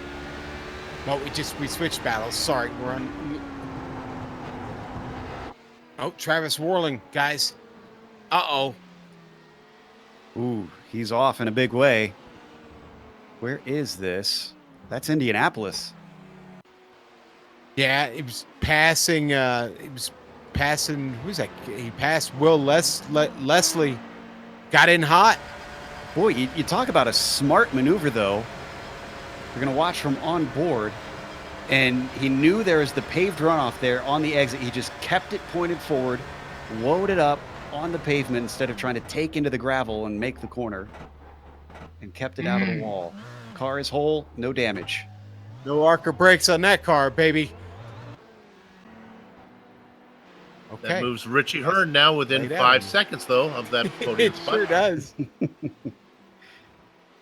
Minimizing mistakes. It'll get you positions here at a long race such as this. You could see a flash of that yellow car in the background as we watch the unorthodox driver complete another lap.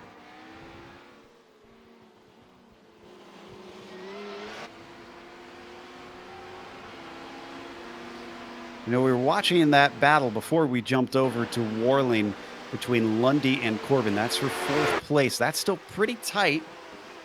This is Kinetic versus Puffin, I believe.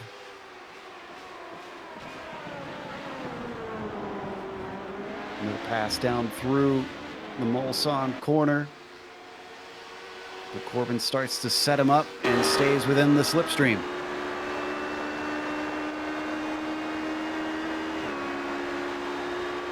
One thing that I'm glad for is that he's going to take a look coming up to Indianapolis. Is he going to get by? Is he going to fight him? Lundy's got the outside. Nope, he's just going to step in behind as they break for this frightening corner.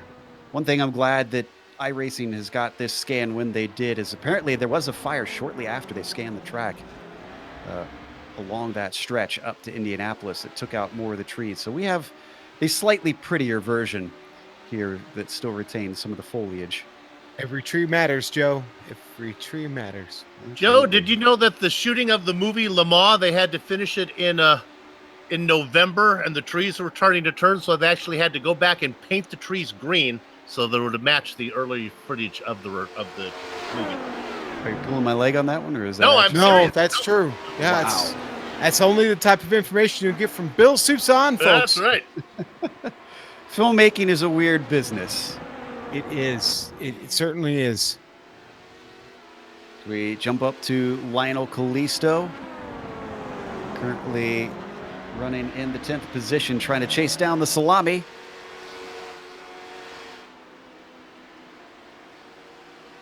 And actually, is this correct, though? I'm seeing 10th being Jason Fleischle on my timing and scoring. Oh, excuse me. That's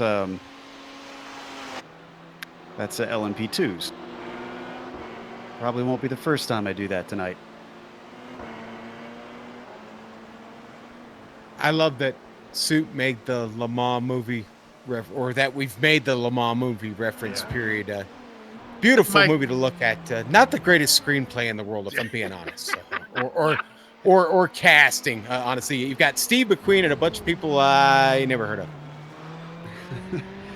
If we're honest, most racing movies don't really have great scripts, so we'll just we'll let it stay a beautiful thing and leave it at that. Yes.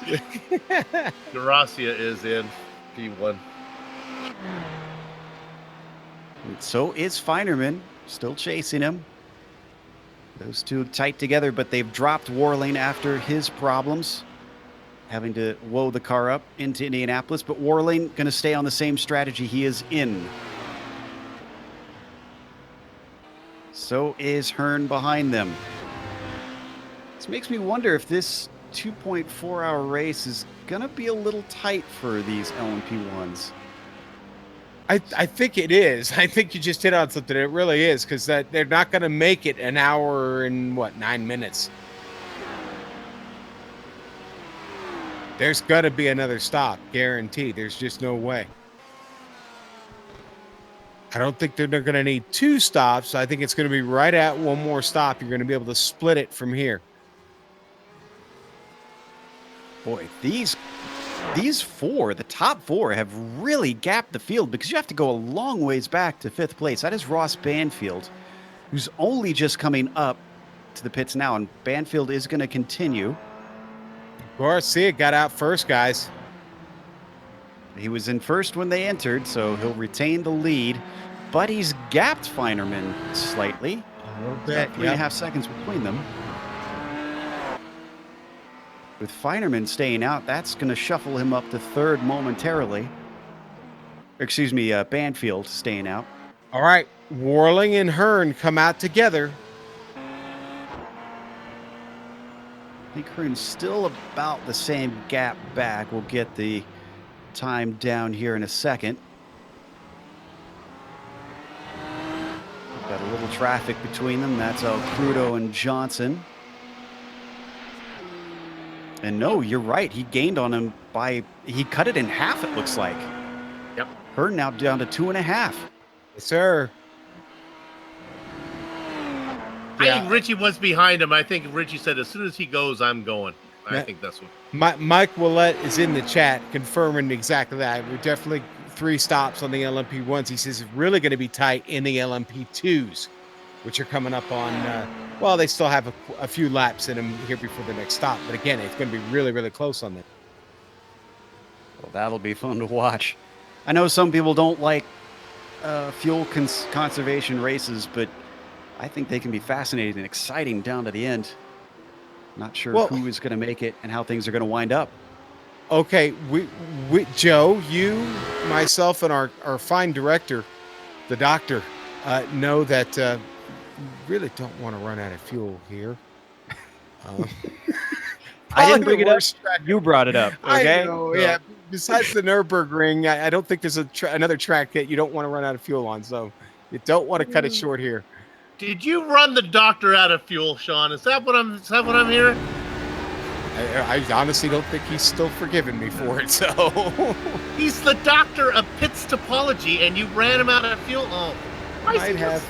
Oh, jeez. Watch from Schindell's perspective, just over his shoulder. He's trying to chase Hinz.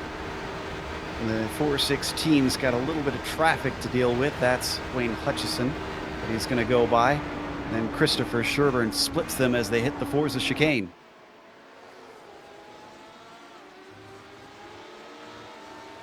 Question is, does Schindell have anything underneath him? The Australian driver has shown up with some pace. Go ahead, Bill. He lost a little time. He was behind Hinz. He was right on his tail when we came back from break. He's lost a little bit there, but he's having a good run. You know, another driver that's having a good run. Can we give a little love to car 15, Christian Eisler, running second in the GTEs? We know him. I know. Big time over there from what is that? The Precision Racing League? Is that what we covered? Yes, there? Is that right?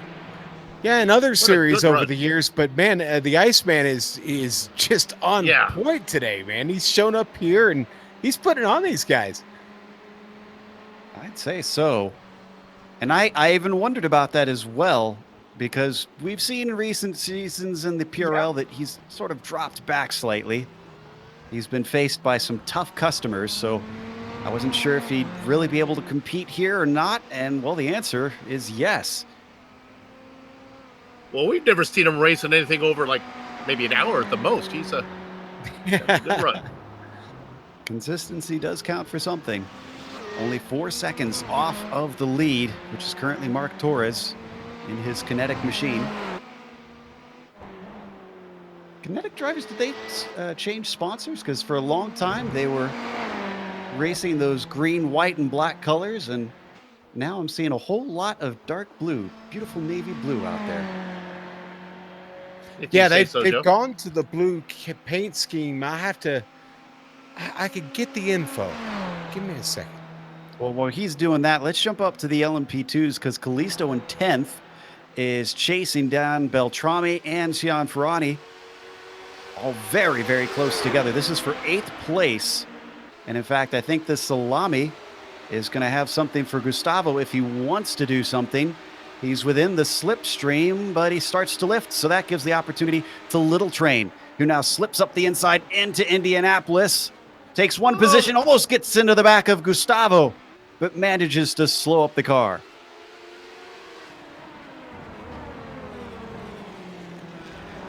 You think the train's in a hurry? Yeah, I think so.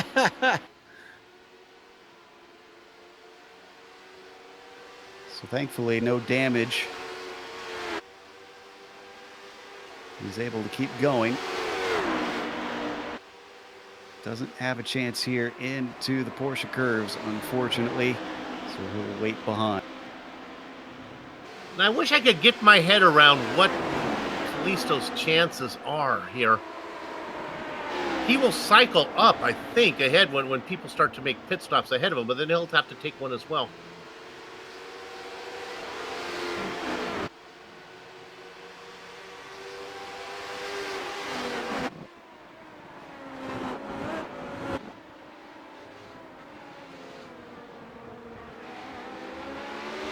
Continue to watch this battle, finishing up yet another lap. Bob Beltrami tries, he might not going to be able to stay with those guys. For those wondering, we've only had 6 retirements, it looks like, so far. Reynolds, Driscoll, McGreevy, Adams, and Sear, and Gagnon, Renault. And out of 52 cars starting, that is pretty impressive. What's even weirder is it's only 3 GTE cars and 3 LMP1s. Every single LMP2 car that started this race is still going.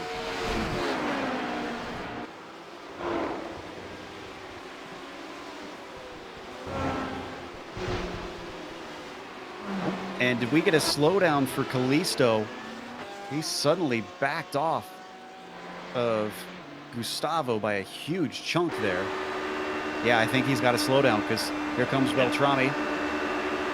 But Beltrami's going to wait. Would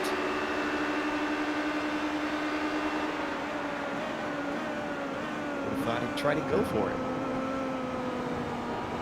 I'll sit on the back of the Little Train to see if he can bring him around the track. Almost 1 hour left to go now. Who's got the fuel strategy? Who's got the pace? Oh, and did we miss a pass of Quinn overtaking Eisler? Oh, that shouldn't have happened without a mistake. Because Eisler was well in front of him by it was on the Mulsanne straight is where the pass happened. He blew the corner. It was in the second chicane, Michelin chicane, that Eisler lost control of the car and actually nearly hit the wall. Not sure that we'll be able to get a replay. Yeah, we shouldn't have been talking about it. Blaming it on Bill. Yeah, they pay me to talk about drivers. Sorry, Christian. You're still in there, Benny. Hunt him down. Run down Liam Quinn. Boy, talking about cross-pollination. Here we know Quinn from ABL, and then he races over in the Batteries Not Included series. And then Eisler from the Precision Racing Leagues that we cover. Isn't Quinn in Lionheart as well? I guess Quinn does do Lionheart as well, yeah. No? Meanwhile, I can report that Callisto's managed to get by Gustavo into Indianapolis. That moves Little Train up to 8th now.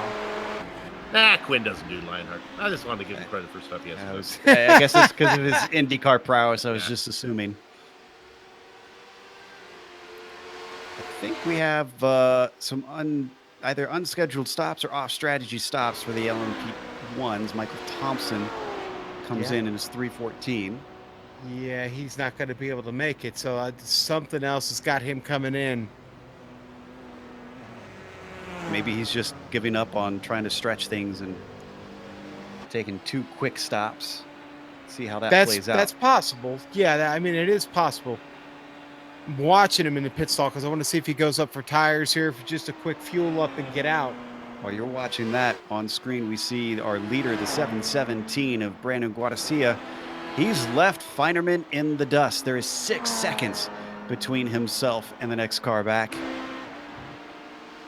And they've got a huge gap back to Banfield and a whole 16 seconds to the car in 3rd to complete the podium for the top class. It's a lapped car in the LMP2's Dick Mueller up ahead of Guarcia.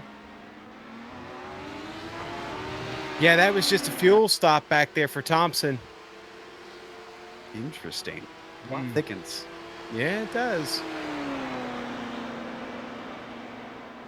Oh, and Corbin just got overtaken for 3rd by Mark Schindel on the Mulsanne straight. Yeah, Schindel should have been in that position. I think Schindel had an issue. Got into some lap traffic. That's why he lost that spot. Because Schindel was working on the back of Hins. No, I think Corbin got a slowdown. I think it's another case of he cut the chicane too tight. Right. No, you are correct. Yeah. He made the pass. The point is Schindel had been racing in 3rd behind Hins. Got an issue, got back there, so he got his spot back. Eventually was going to get it no matter what, is what you're saying. Right. Yeah. Just made it a little bit easier. Yeah, we were saying sort of the same thing, just in different ways. Ross Banfield, in the meantime, comes in. Another one of our drivers on a slightly alternate strategy. Yeah. Where does this take him out? Well, should be 6 because Fleischle is way back there. Yeah, he sits in 6, and they've taken the spare car there. Banfield has had a little bit of damage. I just saw that car get that repaired very quickly. It's up on the jacks though, so this full fuel and tires for Ross Banfield as he gets ready to pull out here. And Jason Fleischle not even close to him. Yeah, no, dude, when I looked back, it was like there's no way he's catching him. He did come out in front of a GTE, though. It was a tense moment that came right out in front of Mark Torres. Yeah, I was just going to say that's actually our GTE leader that he came out in front of. So thankfully he doesn't get caught up behind him. And a good time to mention Torres because that Kinetic Racing team, no sponsor, just a new livery. That's the answer, guys. Thank you again, Mike Willett. Torres leading Christian Eisler by about 10 seconds after Eisler had his scary moment. Christian's managed to re-overtake Liam Quinn for 2nd place.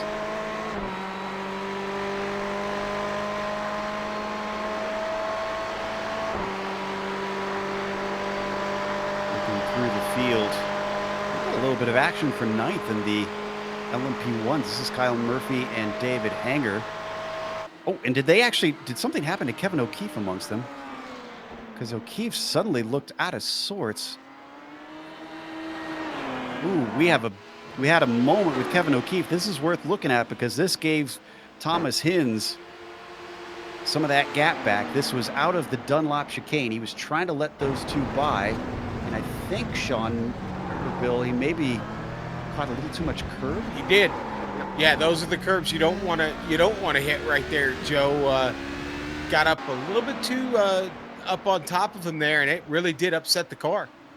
Here's the replay from above. This would be a better angle. This is a good thing that he caught it because he could have lost the lead if it spun fully around. Woohoo. Nice catch. Very nice catch.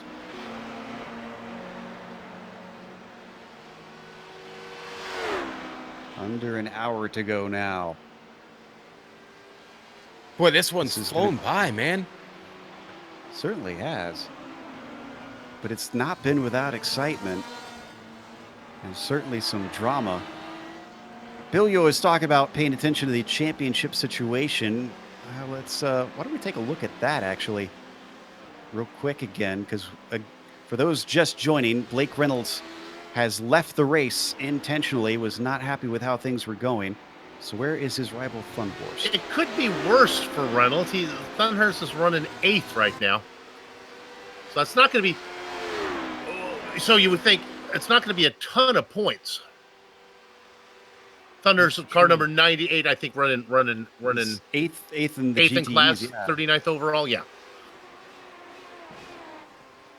So when you do the math, you take 8th, and because you get first place points, second gets you 4th place points. So really, it's not a whole bunch. It's like 24th. Yeah, in a If normal that made race. sense to people. Yeah. I guess, yeah, multiply it by 3, and that's There what you go. it would come out as points-wise for each position. It's probably going to be a little bit disappointing for the Alliance driver. Maybe this not his strong suit so much. Meanwhile, we jump up to Christian Eisler and Liam Quinn, second in the GTEs. They come out of the Porsche curves. While Eisler has gotten by Mr. Excitement, Liam keeping him within touch. A good battle. We're going to get interrupted by Fleischle. Remember, Jason had that very strange early stop that we weren't totally sure about. He's currently in 7th. And he's actually been out for about 4 laps, which is the same as our leaders, effectively. Makes me wonder if Jason simply had to come and serve a stop and go for cutting the course, not being able to serve the penalty well enough on the first lap. Boy, it will be really fun to see Quinn and Eisler race for real. I mean, they're racing right now, but this will heat up in another, Nothing 40 minutes. huge to fight for at the moment. Guys, Jason Lundy just pulled his LMP2 off the track at the very end of his pit window. He's on a little bit different strategy here at the moment, but he's not close enough. Unfortunately, guys, I don't think he's close enough to make it to the end. I think we got to be somewhere around 48 minutes to go, and he's coming in. There's, 52 and a half seconds left right now. 52 and a half minutes. Sorry, guys. How about if he takes a really long time for this pit stop, though? Then it'll be less time. Then he won't have to go long. So far. All soup. Bill, I'm glad you are not my crew chief. Listen, we're just going to sit in the stall for a while. Right. Trust me on this. Kevin O'Keefe clearly slightly on a better strategy. Though his last mistake allowed Hins to close it in to within about 5 seconds on him. Lundy definitely taking tires and everything.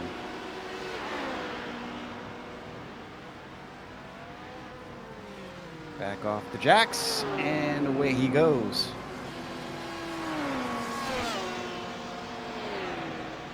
In the pit lane, the Puffin Racing car gets back up to speed and is going to return in 12th position. We've got a light right foot.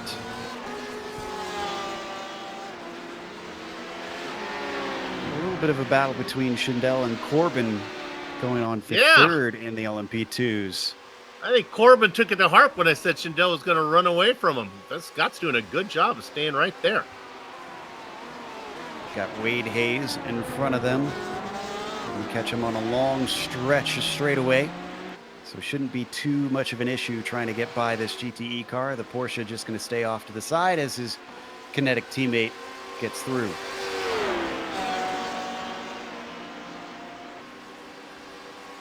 2 Kinetic teammates, actually, I think. Head down into Indianapolis. Not going to have an opportunity into this corner.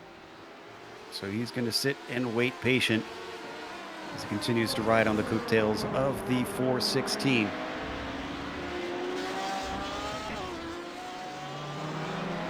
They're both on identical pit stop strategy, so they'll be probably coming in close to each other. I don't know if it's the fact that it's such a long lap with a lot of space to spread out or what, but we still only have those 6 retirements. Or did I speak too soon? Jason Lundy grayed out on my screen. Did he have something happen? Or did he have a connection issue? He just did that pit stop. Oh, he had contact. This was maybe about a minute ago coming out of Tertre Rouge. He got sideswiped by Eric Smith. Although it looks like Lundy is drifting off to the side. So I'm not sure I'd put this one on Smith so much. Yeah, there you see the results of it. His car is damaged. And it must have been too damaged to continue because he towed it to the pits and then decided it's not worth trying to finish.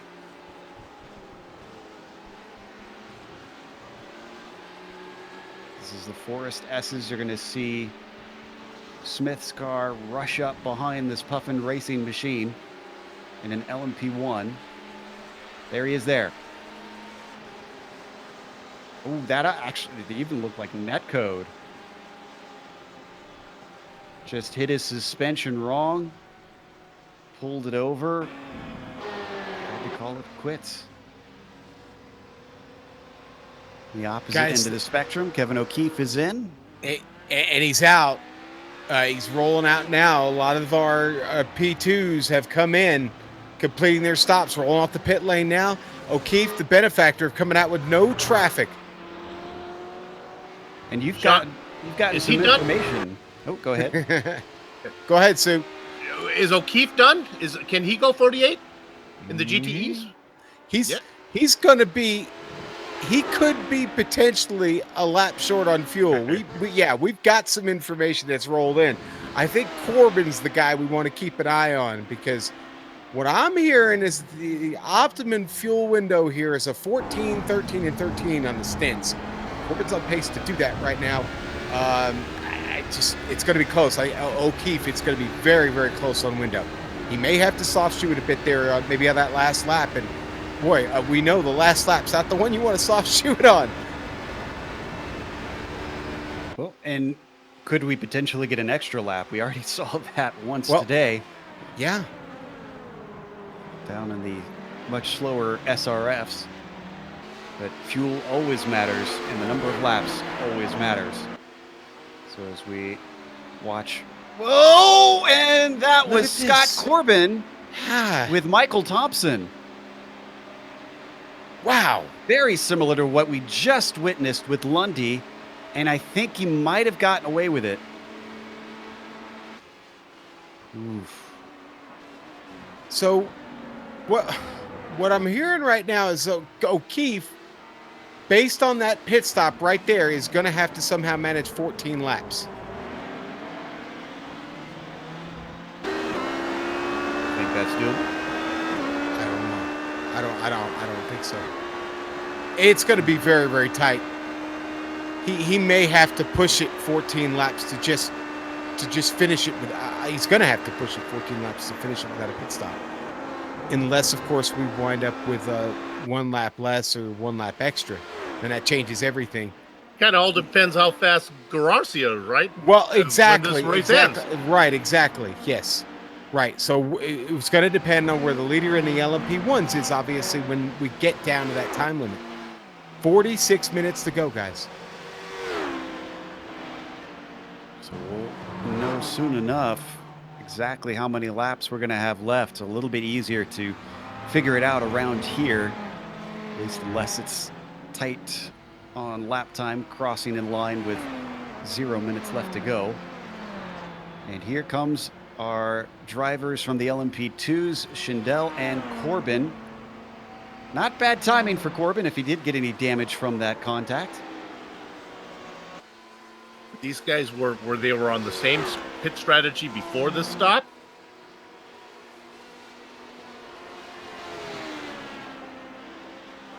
And Kevin O'Keefe is, we see him on screen. There's the comparison. O'Keefe, 62.9 end to end, 31 seconds stationary.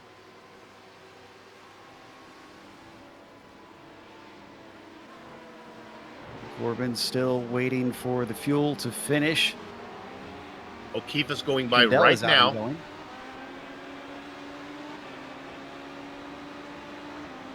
There goes O'Keefe.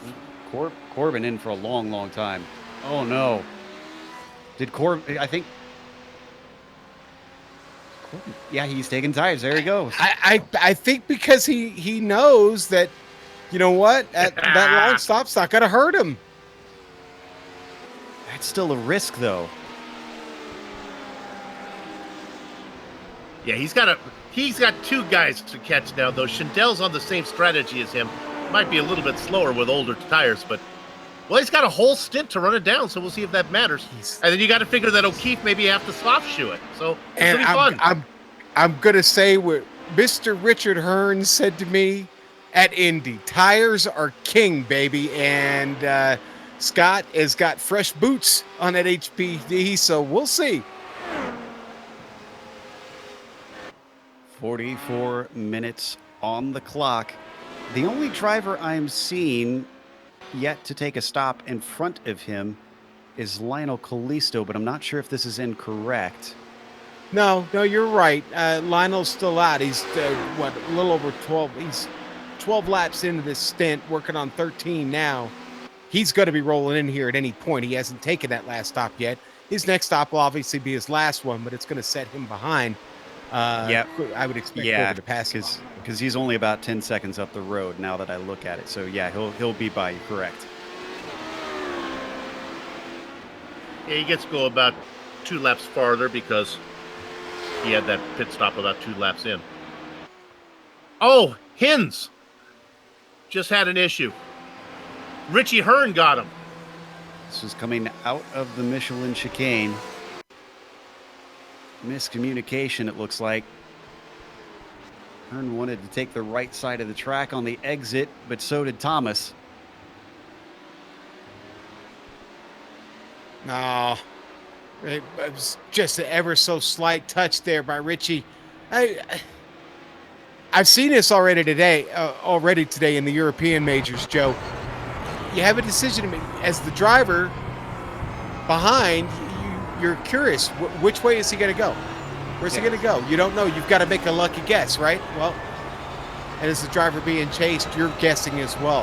What's this HPD or what's this LMP1 going to do behind me? Unfortunately, they both guessed the same thing, unfortunately. Yeah. Luckily, Richie didn't pick up any damage on that. Well, none visible. Unluckily for Hins, he hit the wall hard. We saw on the replay, he scraped along the Armco for a good while. And that is really sad since he was looking at a podium. So Hins was ahead of both Corbin and Schindel. So that's puts one less car between them and then the leader. And actually, that's a good point because let's mention the number 96 in there. Andrew Oakey. I don't think we've even mentioned him other than the grid today. That could give him a potential chance at a podium here, depending on what happens with everybody else's fuel. This is a beautiful, quiet run by the driver from the Northwest. Callisto making his stop. So we know Schindel's going to get by. Oakey's going to get by. Corbin, most likely. Depends on if Hins has to come in for repairs. And he does. Oh, no. Yeah, he had to. No choice there. Corbin's going to get by the little train, I think. Lionel, yeah, he's still sitting. Corbin goes by. Corbin up to P4. So Simmons goes on through. But with Hins pitting, Gustavo is a long ways back. I think Kalisto's going to come out in 6th place here.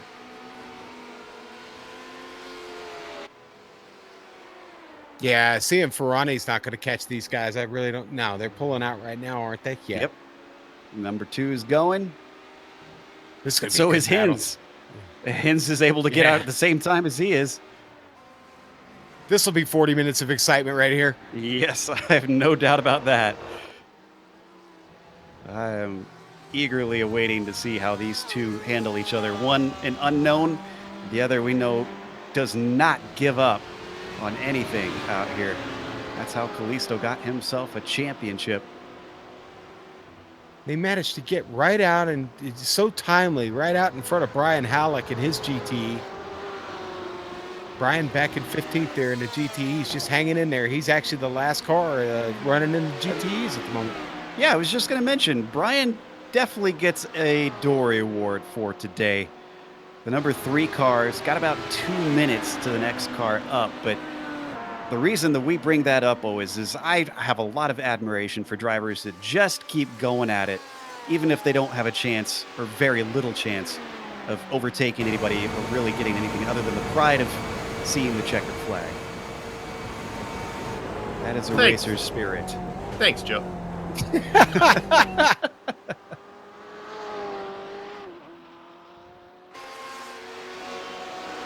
And beautifully, Halleck has painted his car like, I believe that was the art car for the BMW 1 year. Is that a Peter Max design, possibly?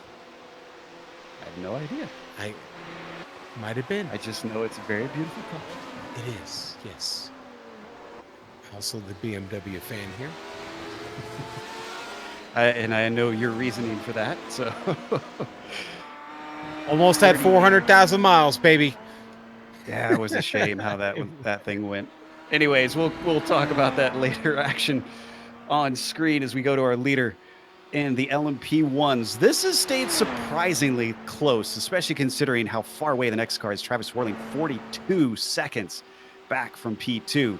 But Guardacia and Feinerman, 5.5 seconds between them after 2.5 hours of racing. Little by little, Garcia, a little bit faster than Feinerman. Yeah, but if he makes any sort of mistake or if he catches traffic wrong, that could put this battle right back on.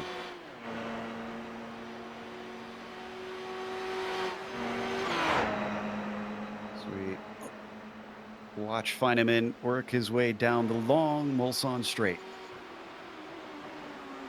Always seeking to be factual, Joe. The BMW art car was Jeff Koons, New York artist. So here we go.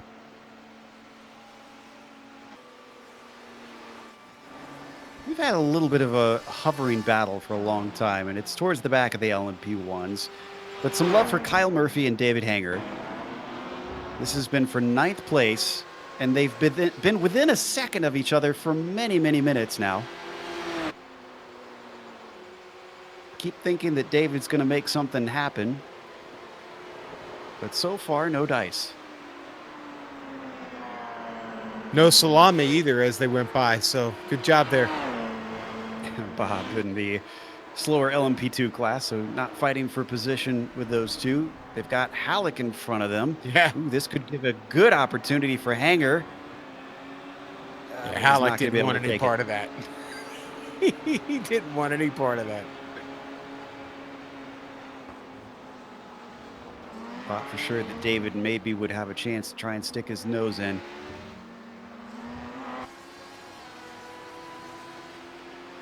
How are we seeing on that manufacturer's battle? Oh, he's got a good run off of the Ford chicane, though. Closes in, and once again he lifts. Is he maybe saving fuel a little bit here? It must be. That's very strange. Could have absolutely threatened to take this 9th place away.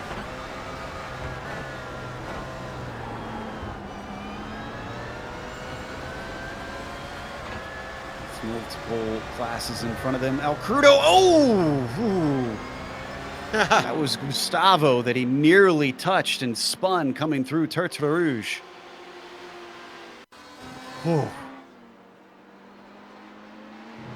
heart in your throat stuff.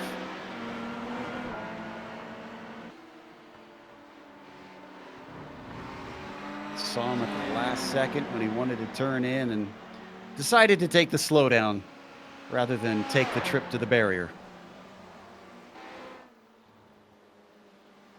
So, when was the last time we talked about the progress that Scott Corbin was making with those fresh tires? Well, guess what, guys? He's to the wing of Andrew Oki. As P3 looking up here, and he's making the pass. Boom. Joe, I believe once you said one ringy dingy. And he's got 2 more to go. There is the lap times, but obviously a little messed up, I think, by the pits. So we were hoping to maybe get some data on how much he had gained on him. We like our new toys here with these graphics, but we're finding some limits for them apparently. So now, Joe, hang on. Let me stop you real quick because I'm looking at the timing and scoring. I'm looking at the gaps right now on how far he is from Schindel and O'Keefe. And with these fresh tires, Joe, even if they didn't need to pit, he might catch them on raw pace. He's 3 seconds faster than they are right now. Wow. Yeah. Literally 3 seconds a lap faster than Schindel and O'Keefe. Okay, here's the thing, though. We've got 10 laps. He's got 10 laps, and he's 15 seconds to go. 3 times 10. Yeah, that should be enough. That'll do it. You're right. Thanks, Richie. I'm just gonna leave it at that. I'm never gonna, if Richie Hearn tells you tires are king, okay? That's it. It's like if Chuck Norris tells you that steak tastes like chicken, it's definitely chicken.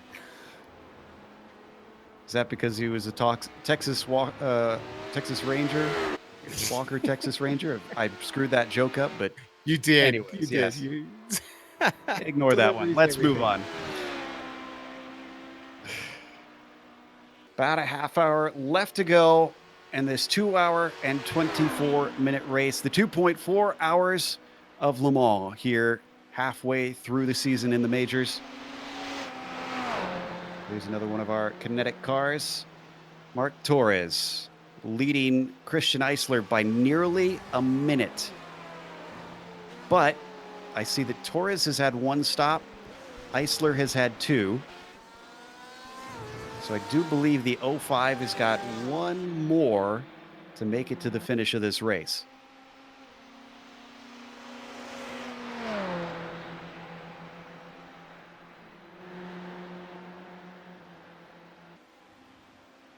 Looking through the field, and Cortesia pits. About a lap ago, we also had Eric Smith in. Actually, 3 laps ago, I should say. Feinerman is in. Those are both of our leaders. Brandon had stretched it out to about 6 seconds over his competitor.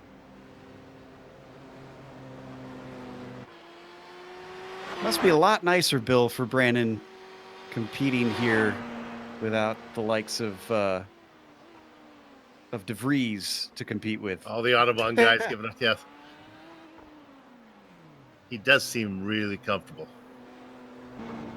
Love this Tron-looking paint scheme that they've got on the unorthodox cars. Cortesia and Feinerman are both out. Cortesia ahead. We'll get that gap for you in a moment. Yeah, and Warling just coming down the pit lane now. Richie Hearn following him in. I think the gap just under 5 seconds between those two now. Yeah, there we go on screen.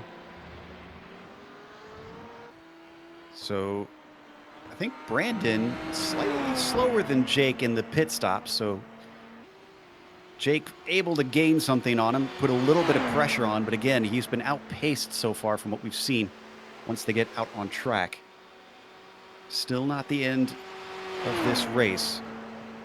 Don't bank on Brandon having this in the bag.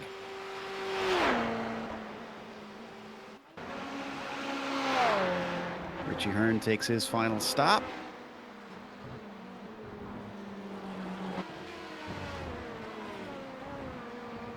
Clement and Quinn. Wait a minute. This When is did a good Quinn one, Joe. wind up in 5th place? Yeah, I was looking. I could not figure out why Liam was back there. He was chasing Eisler. I couldn't find an issue. He didn't make a stop. I don't know. Well, Quinn did stop a couple laps ago.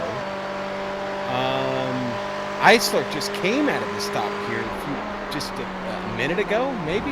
Yeah, this lap. And Liam stopped 2 laps ago. Liam's was a 29.8 versus Eisler's 23.5. That's still only 6 seconds. And much farther than that apart. It happened a while ago. Quinn must have had an issue. No, but it must have. But what is interesting though is what Thunhorst has done now. Remember, we talked about him as far as big picture. He's coming in for a pit stop right now. Yeah, and Thunhorst is in exactly right now. All right, this is critical to the championship. Where is this going to put the number 98? Yeah, found his box this time. Good point. We talked about that. It is the very first one, right, Sean? Right, and we talked about that when we went to break earlier, guys, after he'd missed that stop and then had to come all the way around again. It is the very, very, very last stall. If you don't know where it's at, then you don't get a chance. I tell you what, we've had a change for position in 4th in the LMP2s. Andrew Simmons and his continued attempt at climbing back forwards. What could have been a fight for the win is now just an attempt to get back to the podium. He overtook Andrew Oakey and is on his way. Continues to make that charge at Scott Corbin, trying to run down Schindel. Not sure if he's going to have enough to get to O'Keefe unless O'Keefe really has to run to the... Okay, so he's got it down to 4.5 seconds now behind Schindel. It was what, 7? It was about 7 seconds here when last time we talked about it. He's still faster than O'Keefe by 3 seconds. So and again, we don't even know if those guys can make it. Well, Schindel can. Schindel can because they went in together, but Schindel doesn't have the tires. Corbin does. Right. Yeah, clearly Corbin being faster is probably going to be able to get that. Wonder if, do we know if Simmons took tires on his last stop? He did not. Yeah, I've just seen that now. Yeah, his was much quicker than Corbin. So probably not going to have the pace for the 54. Be on about the same length of tire stint as Mark Schindel. So probably not going to catch him. 4th could be the best that we'll see Andrew Simmons do. Now, Schindel is a kinetic teammate of Corbin, so we'll be interested to see how hard he fights him when he gets there.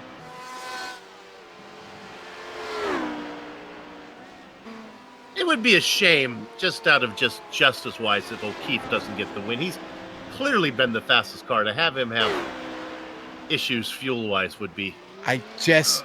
He may wind up being a victim of strategy, and that's what I hate to say here, because he's been just magnificent today, and it's well, you got why me? You got to be the full package. It's not just who's fastest over a single lap; it's who's fastest over the full race. Right. I don't think Kevin's saving fuel because he's taking it hot into corners. Yeah, well, you saw him just light up the tires, or you saw the same thing I did. So that could mean 2 things. That could mean he feels good, he doesn't have to worry about fuel, or he knows he doesn't have enough, he doesn't have to worry about fuel. No reason to save fuel if you can't get there. Yeah, but he knows right now he's going to have to go further than he's gone on any previous stint to finish this race with the checker. So I think he's pedaling as fast as he can so Corbin doesn't catch him, and he hopes that Brandon Garcia is at the right spot on the track when this race ends. Oh, jeez. Yeah, I know. It's great, isn't it? To all of our fans, does everybody watching have tired head yet? It's ponderous, man. Absolutely ponderous. Comes through that Forza chicane. He continues down the very thirsty Mulsanne straight, where you are flat out for a long, long time. Corbin's now within 2 seconds of Schindel. He could probably see him pretty clearly up ahead.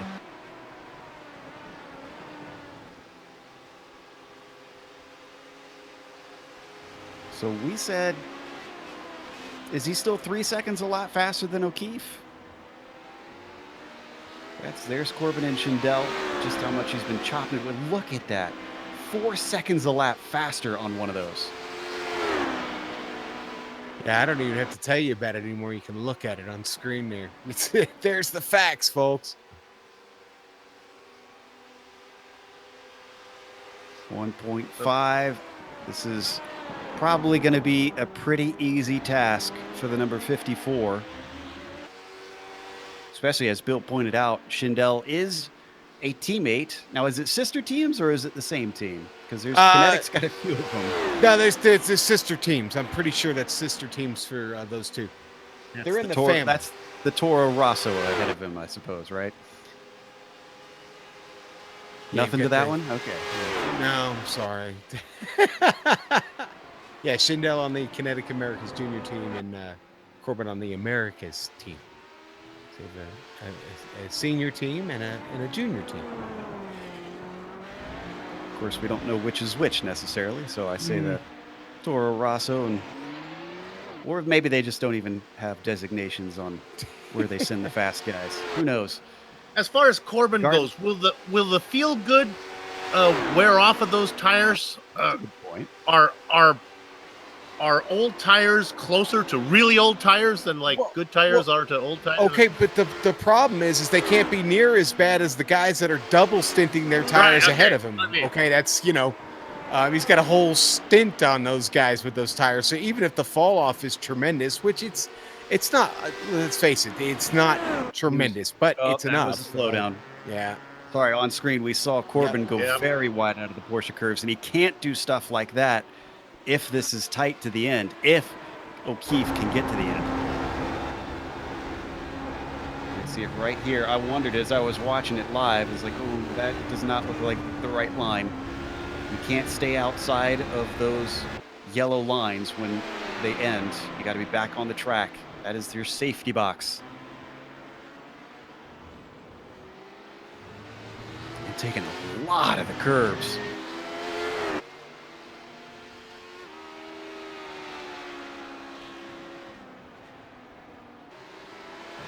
We haven't paid too much attention to what's going on in the GTEs for a while.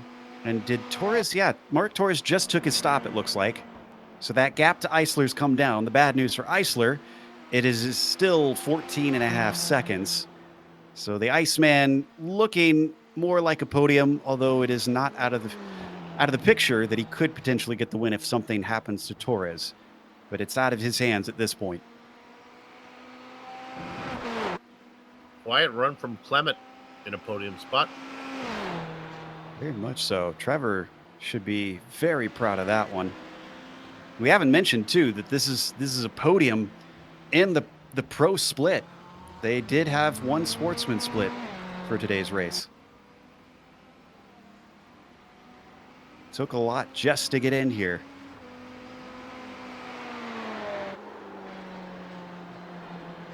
Got a little bit of a battle, speaking of podiums, for third in the LMP1s. Eric Smith has run down Travis Warling.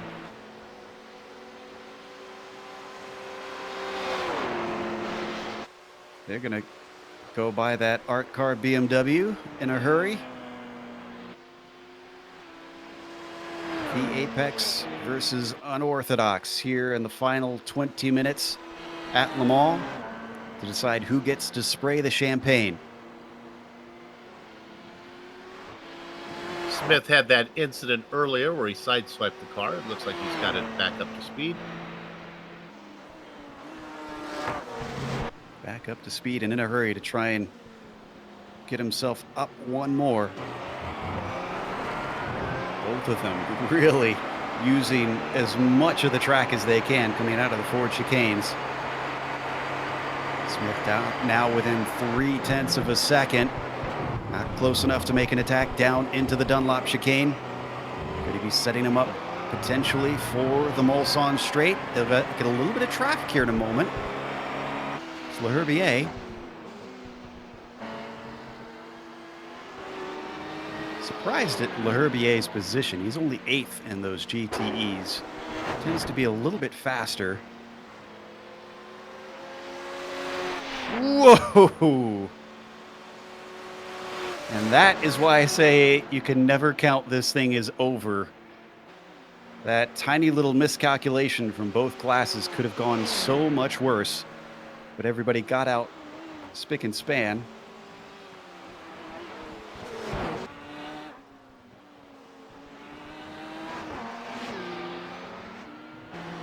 Corbin now within 0.7 of a second of Schindel. See my note in a little thing there. Yep. I'm watching it. and the gap to O'Keefe continues to come down. It's at 6 seconds now. Boy, this is going to be tight. This is one of those moments I wish that we had the team radio like they do in the real world, so that we could listen in on what's going on with O'Keefe's fuel. But I guess that's what makes it all the more exciting, just not knowing if he can make it. Yeah, the fans out there are just as in the dark as we are. So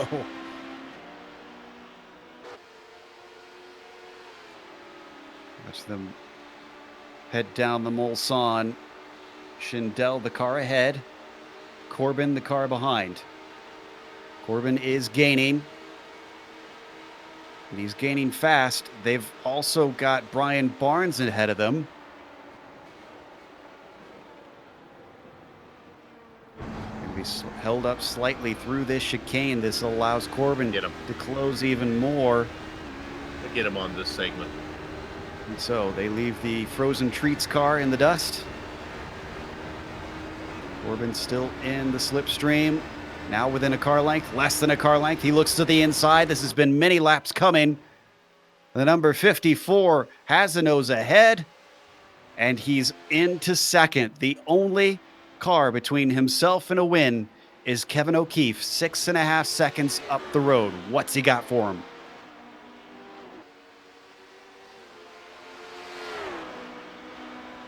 Six laps left. Is he still 3 seconds a lap faster? it was about 2 seconds on that last lap, Joe. So still doable, but yeah. And again, that's considering if O'Keefe goes the distance. Kevin is. Ooh, yeah, there you go. Kevin's pedaling as hard as he can, guys.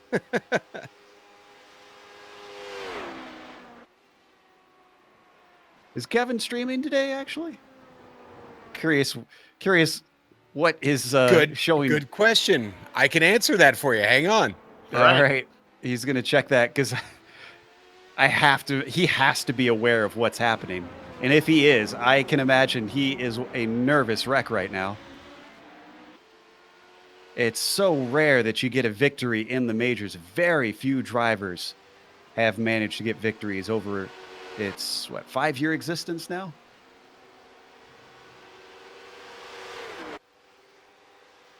Oh, but to slow Corbin up, Schindel coming back at him a little bit. If he starts to fight with him, that'll be bad news for the number 54.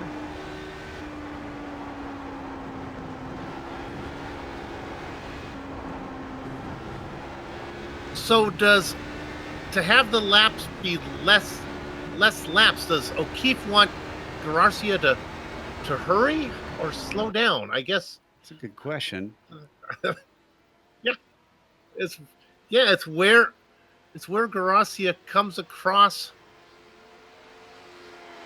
Garcia is coming through Arnage right now, so he'll be to the end of the lap soon. He's been running 3:18s.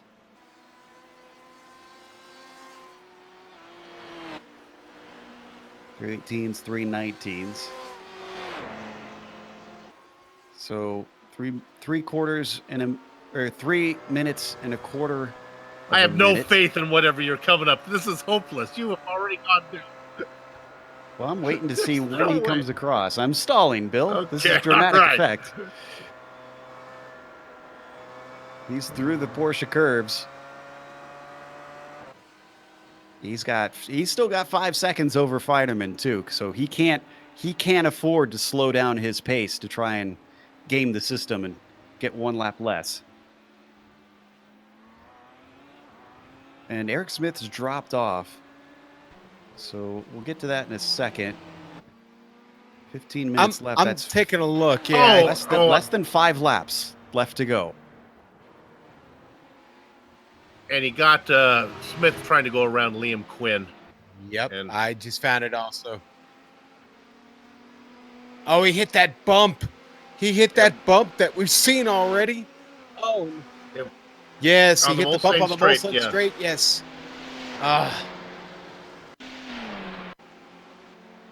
Really, Oh, really. And then hurt the after car, that, too. we'll want to stay with the replay here.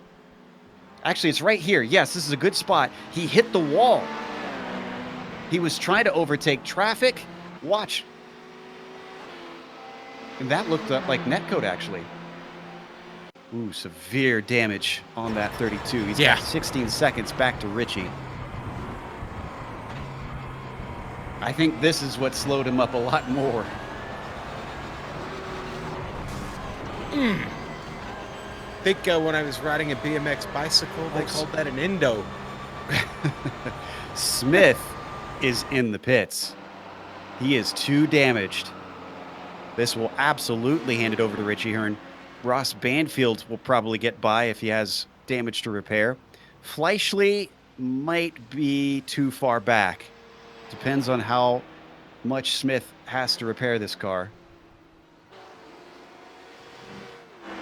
You asked earlier if Kevin O'Keefe was streaming. I'm going to tell you how dialed in Kevin O'Keefe is right now.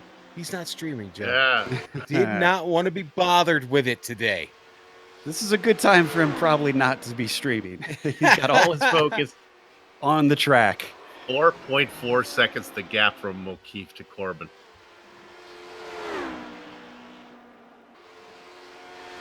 We're going to know soon enough if he's got enough to make it, because if he stays out with about 3 minutes to go, then he is committed. Oh, he's staying out. If he was coming in, he would be running faster lap times. Well, he wasn't running faster lap times than Corbin, if that's what you're saying. I mean, if Wouldn't be fuel pushing wasn't the an car. issue, he would be pushing the car if he was going to come in, because he would want to open up as big a gap as he could. Yeah. Now, There you see the gap visibly. It's down to 2.2. So I don't think it matters anymore whether or not he's got to make a stop. What a call from Scott Corbin if it works out like we think it will. Certainly has proved to be a fantastic strategy. And we've seen in the past, strategy wins you races at Le Mans. I think Corbin sussed that one out. Down to 1.9. Now less than 2 seconds between them. For Eric Smith fans, unfortunately, he is still in the pits. He's all the way down to 8th position. So was Kevin O'Keefe so fast because he didn't have his numbers right? I mean, I guess it's easy to go fast if you're going to go one extra stop. And I think that's kind of what got him, huh? Well, I think maybe he was working the reverse strategy, if I'm understanding correctly, Sean. It was the 13-13-14 instead. right. Yes. Yeah, so he basically put himself under the gun to try and stretch it out at the end and not be able to defend. Well, that's what I mean. That's why he looked so impressive, because he wasn't playing by the same rules as the other guys who were going 14, who had to watch their numbers.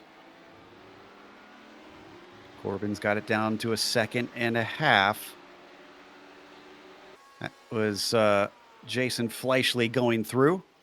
Fleischle having recovered from his strange early stop up to 6th place now. But honestly, the strategy works for O'Keefe because he's still got a good chance of being ahead of Schindel. It was Corbin stopping for tires, taking tires. That was the clutch there. This is still assuming that O'Keefe does not come in for fuel, that he'll be ahead of Schindel, though. We don't know if he can... He's not coming in. He's a Crimson Knight of Rutgers. They go the distance, baby. I'm not counting on anything. That's all I'll say. It's when the checkered flag flies, that's when I'll know how things panned out. Okay, I don't want us to ignore what's going on in the GT class, okay? Because we really still have a compelling battle there for fifth. Is Thunhorse doing everything he can. The Alliance driver trying to hold off the kinetic driver of Wade Hayes. Hayes is just breathing down his neck, and Miguel Crudo is right in the mirror, guys. And that is important championship. You did it. That was your fault. Jeez. Okay, I'm done. See you guys later. I'm going off for dinner. Bye. Want to see an example of the commentator's curse? That's wow. it. Wade Hayes has been on screen. Literally, this is the first time we've shown him. Unbelievable.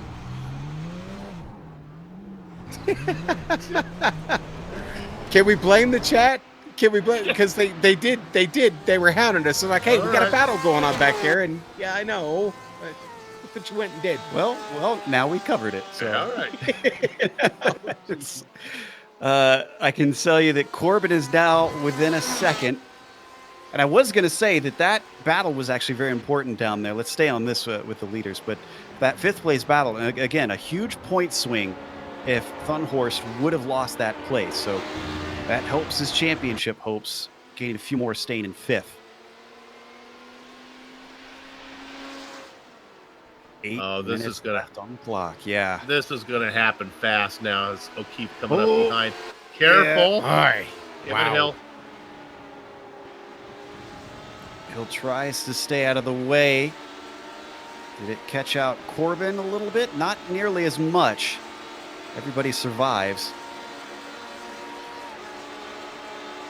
Warm-up lap versus Kinetic Racing. The 54, though, has got to execute, you got to say. Yeah. He has to make the pass, and he has to keep it clean. He's been running this pace, and he's been running it well. But nothing is handed to you in racing.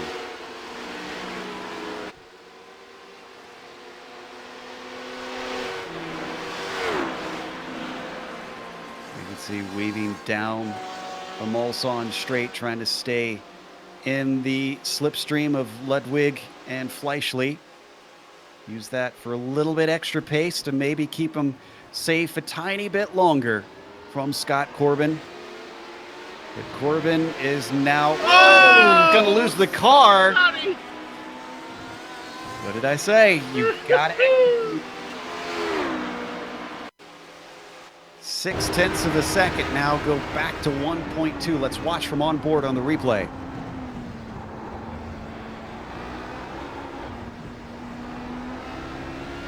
A little greedy.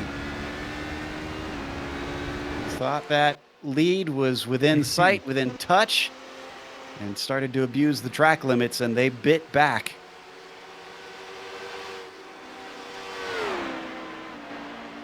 Still got 6 minutes left to try and make this pass. That might have bought him enough time.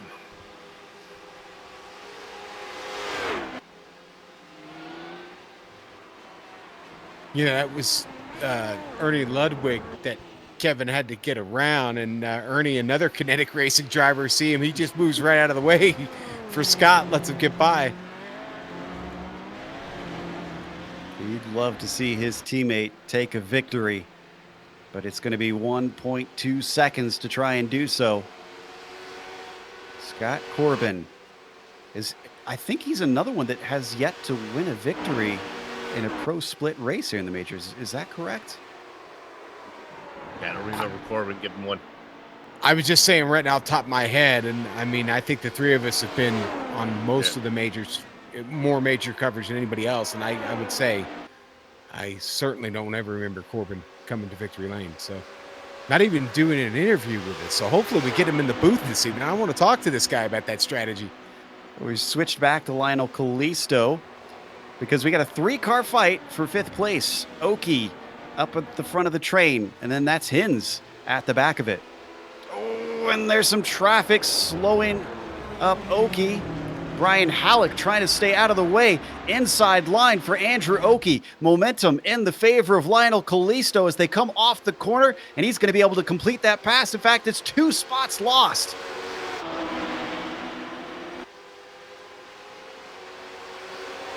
One little mistake is all it takes, and somebody is there to pounce.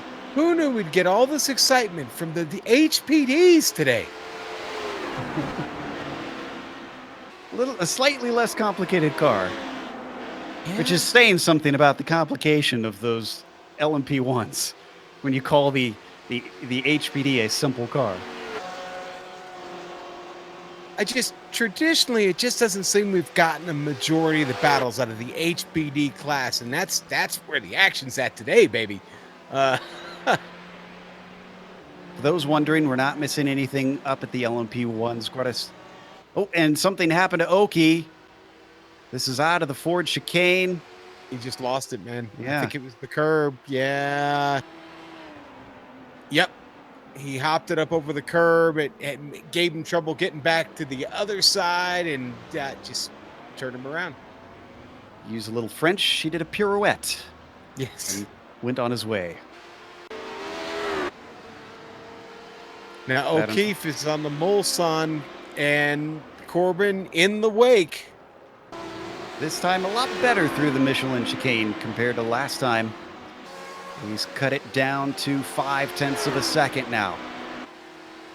Last time he lost his patience a little bit. Can he find a good opportunity?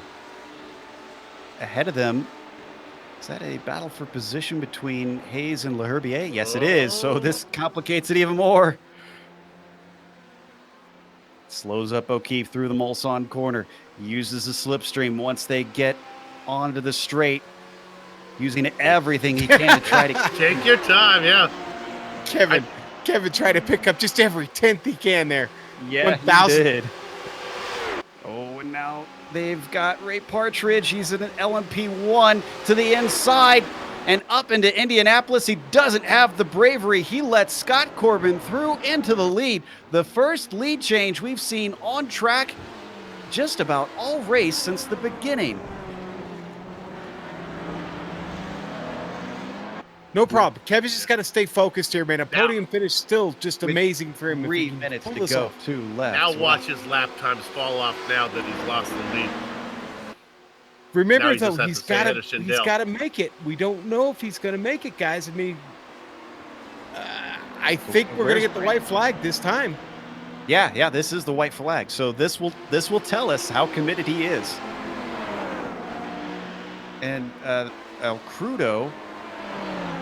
Oh no! Corbin! Sorry, Corbin almost gets run into, and that time it looked like there was contact with El Crudo.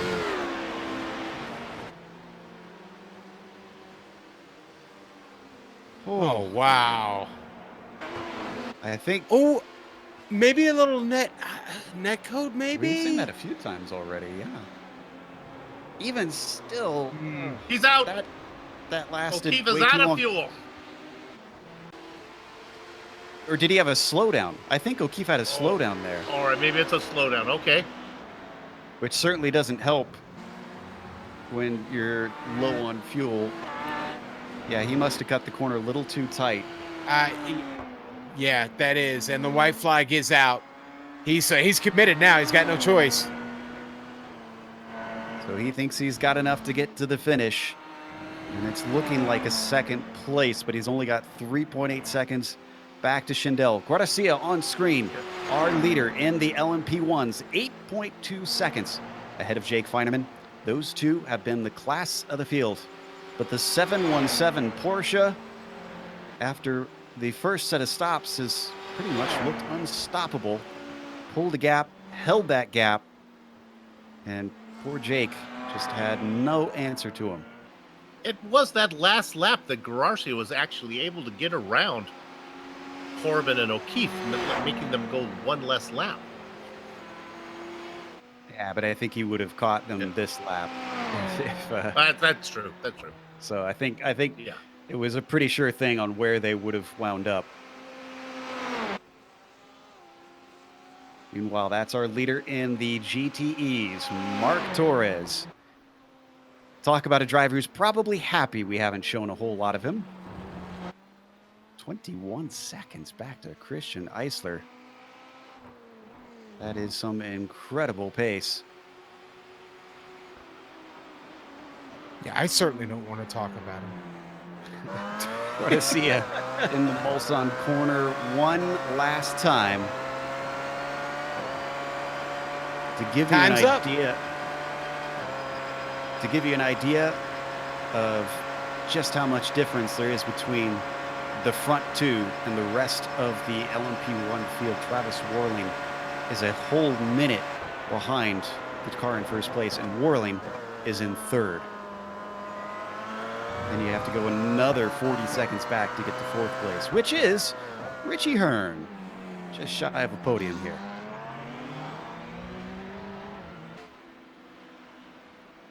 It's already weaving in celebration. Garcia feels pretty confident about this win. It's been 2 hours and 24 minutes since we took the green. And Brandon Garcia, who started this race on the front row, but in second place, will jump up one position. That's all the better he could do. Out of the Porsche curves, through karting, and into Maison Blanche. The 717 has one corner left to go here. It's the Ford chicane. Victory in store for Brandon Garcia as he comes across the line. Your winner today here in Le Mans. Right behind Scott Corbin. Yeah, he's going to be our next victor. The 54 put one over on Rutgers Kev, denying him his first win. But we believe the first win for Scott Corbin himself. And what a place to do it at. We got a long time to wait for Mark Torres. He's still on the Mulsanne. O'Keefe gets second, about 2 seconds ahead of Schindel. Let's see if we have any more fights to the line happening. Actually, Kalisto's pretty close to Hinz. This is for 5th place in the LMP2s. This could still switch around. Little Train, another one of those that's had to fight back a little bit after taking his spare car. But as close as he is, within a second, I don't think he's going to be able to get this top 5. Thomas Hinz, a newcomer, though, could have taken a victory. He's probably going to be a little bit disappointed with this 5th place as they cross the line and finish here in France.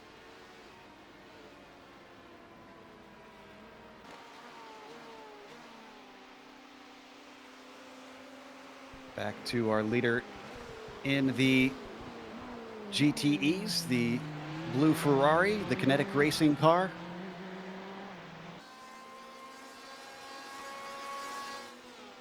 Checking through to see if we have any other battles in front of him.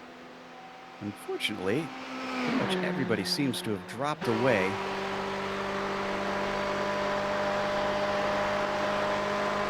Actually, let's take a glance, since we've got some time, at the number 3 of Brian Hallett, 15th and last car running. He's not going to be the last to get across the line. Right. But he's probably going to be proud of this one. At least I'm proud of him. Way to go, Brian. No, he stayed out of trouble, man. He was back there pedaling. He didn't cause anybody a hard time. I think that's a great race by him. I agree. So the BMW art car is going to cross the line and take the checkered flag. Not everybody can brag that they did that. Mark Torres is going to be the first of those GTE cars to do it, though. After 2.5 hours That is Fleischle and Beltrami behind him, though they're not fighting for position. At least Fleischle is going to get through. Kinetic Racing between Corbin and Torres. You got to say, they are going to take a huge haul of points. So as they cross the line, Mark Torres, your winner here in the GTE class. Eisler a second up on Clement. Here comes Clement. Yeah, he's close, but not close enough. This is our last battle, it looks like. They come through the forward chicane. It's going to take a major mistake from Christian to give this one up. He's nice and smooth out of it. A podium for the Iceman. Clement should be proud of that third place as well. I believe we are ready to take a break here on the Global Sim Racing channel. We ourselves are just as tired as some of these drivers, so we're going to rest our voices. On screen, you're going to see all the upcoming races before we get back with unofficial results as well as driver interviews.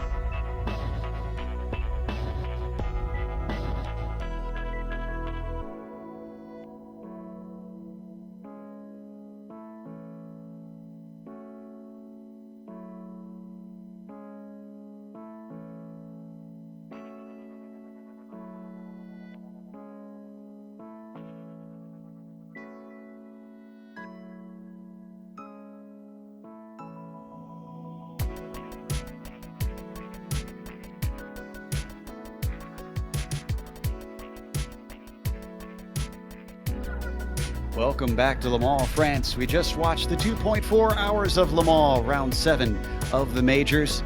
And in the end, our winner overall was Brandon Guarcia. Ran a pretty perfect race up there.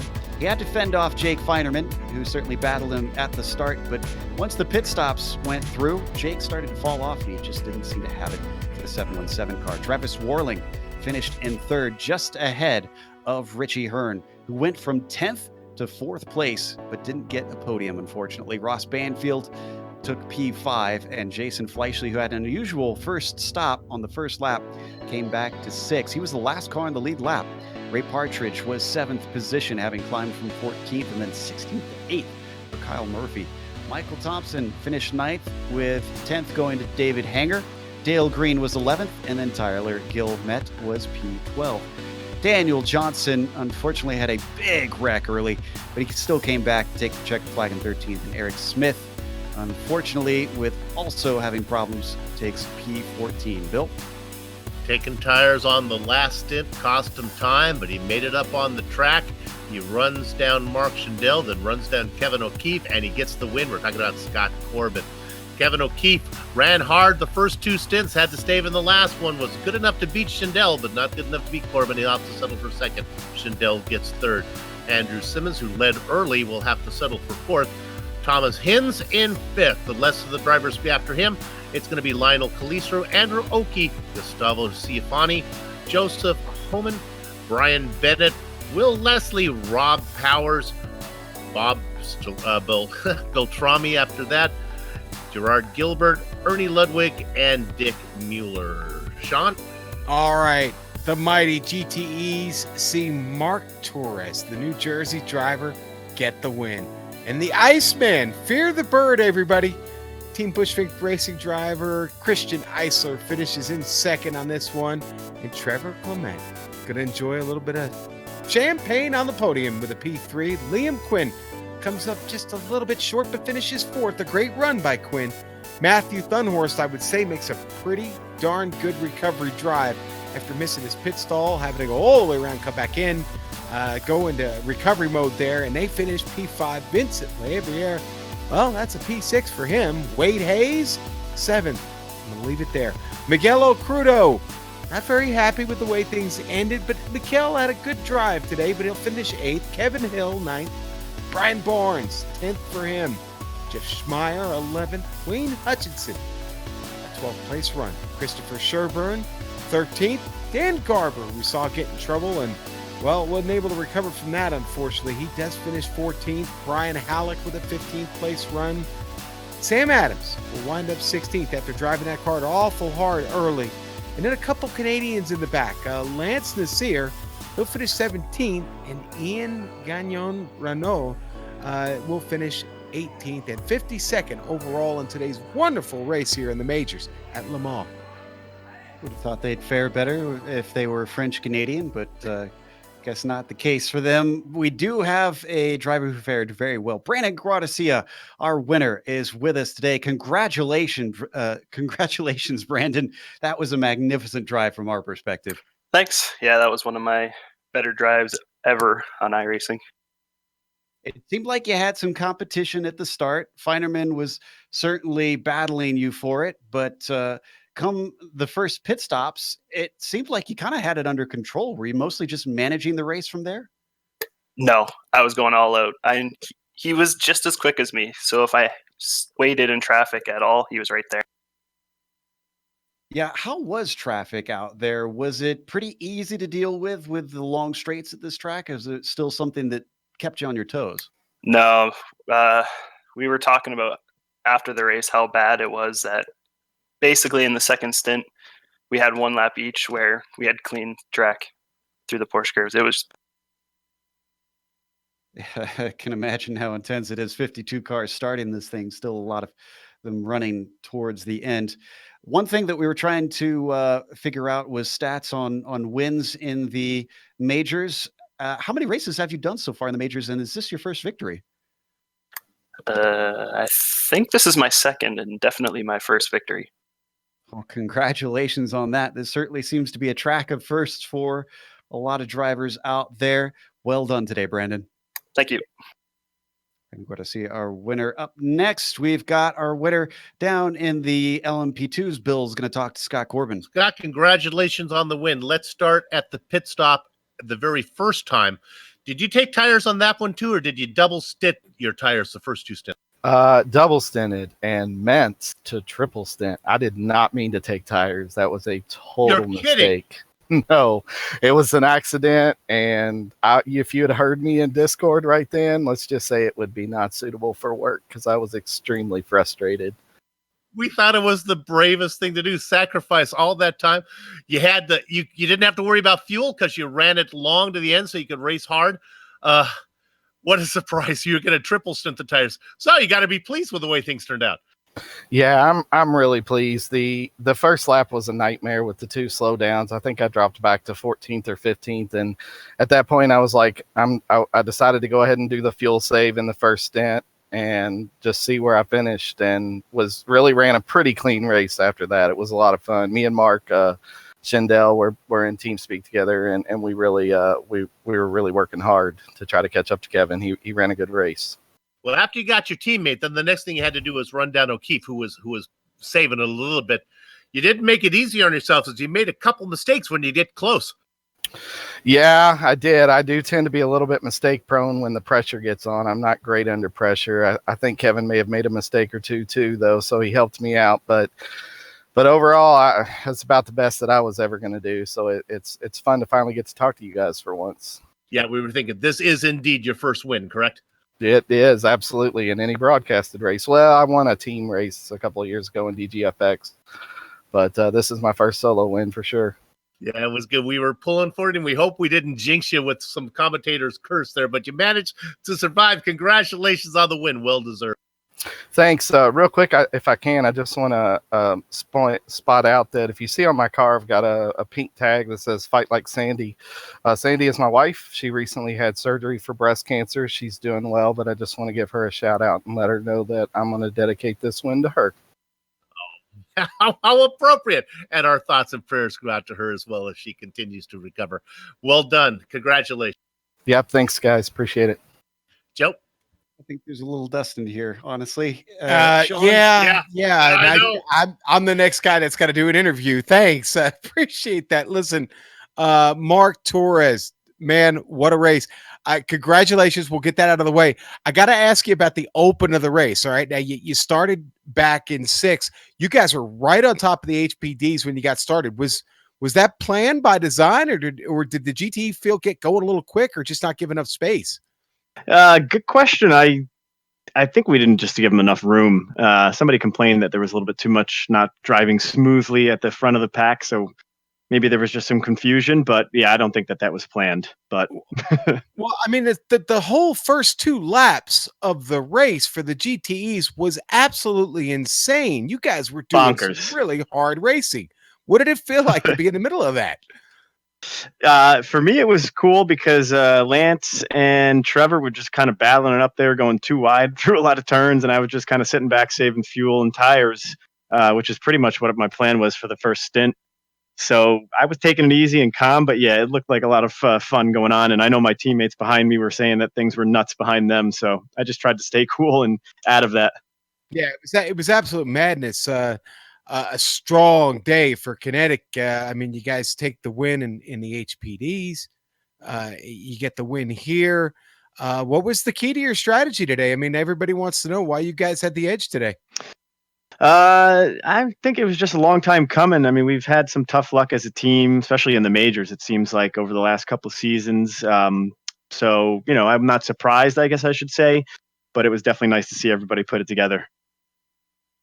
Well, I'll tell you what, hell of a drive for you, man. We're happy to see you get the win. Know it's starting to get a little late there on the East Coast. How long is it going to take you to go to bed after a win like this? How amped up are you right now? I still got to watch the Formula One race with my wife. So we're going to celebrate my first solo broadcasted win as actually, I think, second solo broadcasted win. You guys did my first one at the Predator race when they had that series going on. So yeah, happy days over here in Jersey. Man, listen, so cool. The family that races together stays together, huh? I love that. Exactly. Wow. All right, man. Well, go enjoy that race. No spoilers here. We will see you at the next round. Great job. Thanks guys. That was our winner in the GTEs, wow. Mark Torres. Yeah. And we have our second place driver in the LMP2s, Kevin O'Keefe. Kevin, I think we feel for you. But before we get to what happened at the end, we have to ask, were you saving to get to the end of the race, or were you good on fuel? No, I was lifting the whole way. I finished with 0.4 pounds of fuel. Wow. The plan was perfect. It was, I'm sorry to interrupt. I knew that you could go 13, 13, 14. So the idea was go all out for 2 stints, and then I'm never going to change tires. They might as well be saving on the stint you have no tires. So the plan was perfect. I made too many mistakes in the second split and second stint and didn't exactly run away and hide. The last 5 laps of the second stint, I probably gave away 20 seconds. That brings me to my next question. How nervous were you seeing that gap coming down? And did you have any plans to try and fend him off with a lap and a half to go and him on your bumper? Well, I was managing the gap to Swindell, and that's who I was thinking about. And then I saw they were drafting together when he caught up, and then I was like, okay, well maybe they'll fight each other. I didn't realize they were on the same team until hearing these interviews. So yeah, then once he got by him and then really started to close the gap, I was like, all right, I have to go. And then when I started to go, I realized I wasn't going to make it on fuel. So Scott had it the whole time. I know it looked a little closer on the stream, but he had it the whole time. The only thing I could do was hope he made a mistake. We know it's probably a little heartbreaking not to get finally get your first majors victory in a pro split. Do you think it's still possible to get another one in another car? Because you certainly seem competitive, both in oval and on road. I don't think I can get a win on oval. Not with guys like not with the top oval drivers that are here. I mean, we have peak guys in this league, so I don't think I can get a win on oval. So it really depends on the car class for these multi-class road races, because the HPD is my main car. That's what I drive on the normal official races. And, as you guys know, you guys see me on the Autobahn series, and I picked up my pace in that series. So the HPD is my main car. So I thought this was my best chance. So it really depends on what the schedule looks like next year. Well, we hope the best for you. I think we definitely were kind of wanting to see either you or Corbin win, just knowing that it would be a first win. But commiserations on the second, but still congratulations on a podium. Yeah, I'm happy for Corbin. As he said, he's made a lot of mistakes and has thrown away a lot of races. So I'm happy that he's able to come through and get one. And thanks to my teammates, including all the guys from Autobahn, this is their setup. And of course, Marcus Ambrose, who's really helped me out on the roadside, increase my pace. Well, thanks for coming and talking to us, Rutgers. That was Rutgers Kev finishing in second place in the LMP2s. Real quick, Bill, I think we have time for you to talk to Hins, Thomas Hins, who has joined us in the booth. Picked up a fourth place finish in the LMP2s. Racing up front, you made a mistake. Fifth place finish. Had a little issue, did you, Marcus or Thomas? Yeah. Hey guys. Random Aussie here. Yeah. Little issue with LMP1. Just a miscommunication with where we were going. I know I thought it was pretty usual that I was going to go across the right. I thought it was kind of the normal line, and I thought I made it clear enough that's where I was going. But he just kept at it, and tried to get out of the way at the last minute there, as I realized he wasn't going to go left, and unfortunately, it was too late. So bit of a shame, but it's kind of typical for me. I usually have good runs and then I get murdered by people. It's sort of a bit of a thing for me. But anyway, but yeah, it was a bit of a shame because I was actually I was in that battle for the lead, and I would have been in the same, obviously, boat as Kevin. Fuel was really tight at the end. I was having to save a lot. So it would have been interesting. I would have been in that fight probably, and it could have been an interesting end. But hey, I guess that's how it goes. So pitted obviously got the repairs and came back out and managed to salvage still a top 5, but still +2. And considering I haven't driven these cars, I don't really drive prototypes much, and I haven't driven these things in a long time. So just to be in the fight at the front and on good pace, I'm pretty happy with that. So I'll take it. Well, we hope to see a race again in the majors. If you look at the schedule, you're going to join us for another one? Yeah, well, if I can make them. I do night shift work, so it's always a bit weird and hard to organize everything because it's all the way that all works with that stuff. So we'll see. If I can, I definitely will. I think it's the Indy cars next, which if I could do that, that'd be really cool because they're great fun, and especially around Belle Isle, they're just insanity in a box. So we'll see if I can make them, definitely. So hopefully I'll pop up again. Outstanding. Good to talk to you. Congratulations on a top 5 finish. We'll see you down the road, Joe.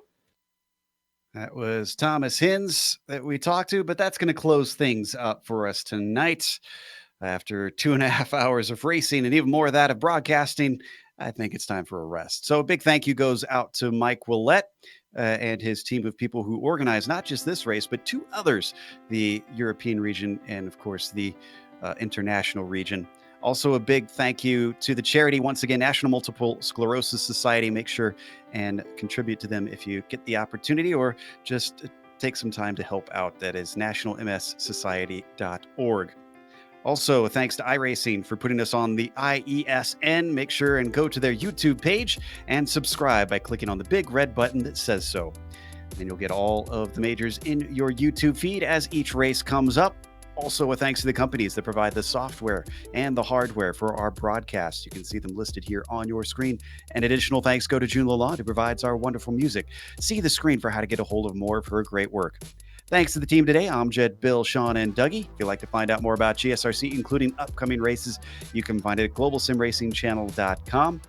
We're also on social media, on Twitter at GSR Channel, Facebook at Global Sim Racing Channel, and Instagram at GSRC_Graham. As was mentioned, going to Detroit for the Indy cars. The new IR18 is over there in 2 weeks' time. That'll be Sunday, June 23rd at 7:45 p.m. Eastern. But we also have upcoming races for other series listed on the screen, so check those out and mark them down on your calendar. Until next time, race clean, race hard. We'll see you on the track.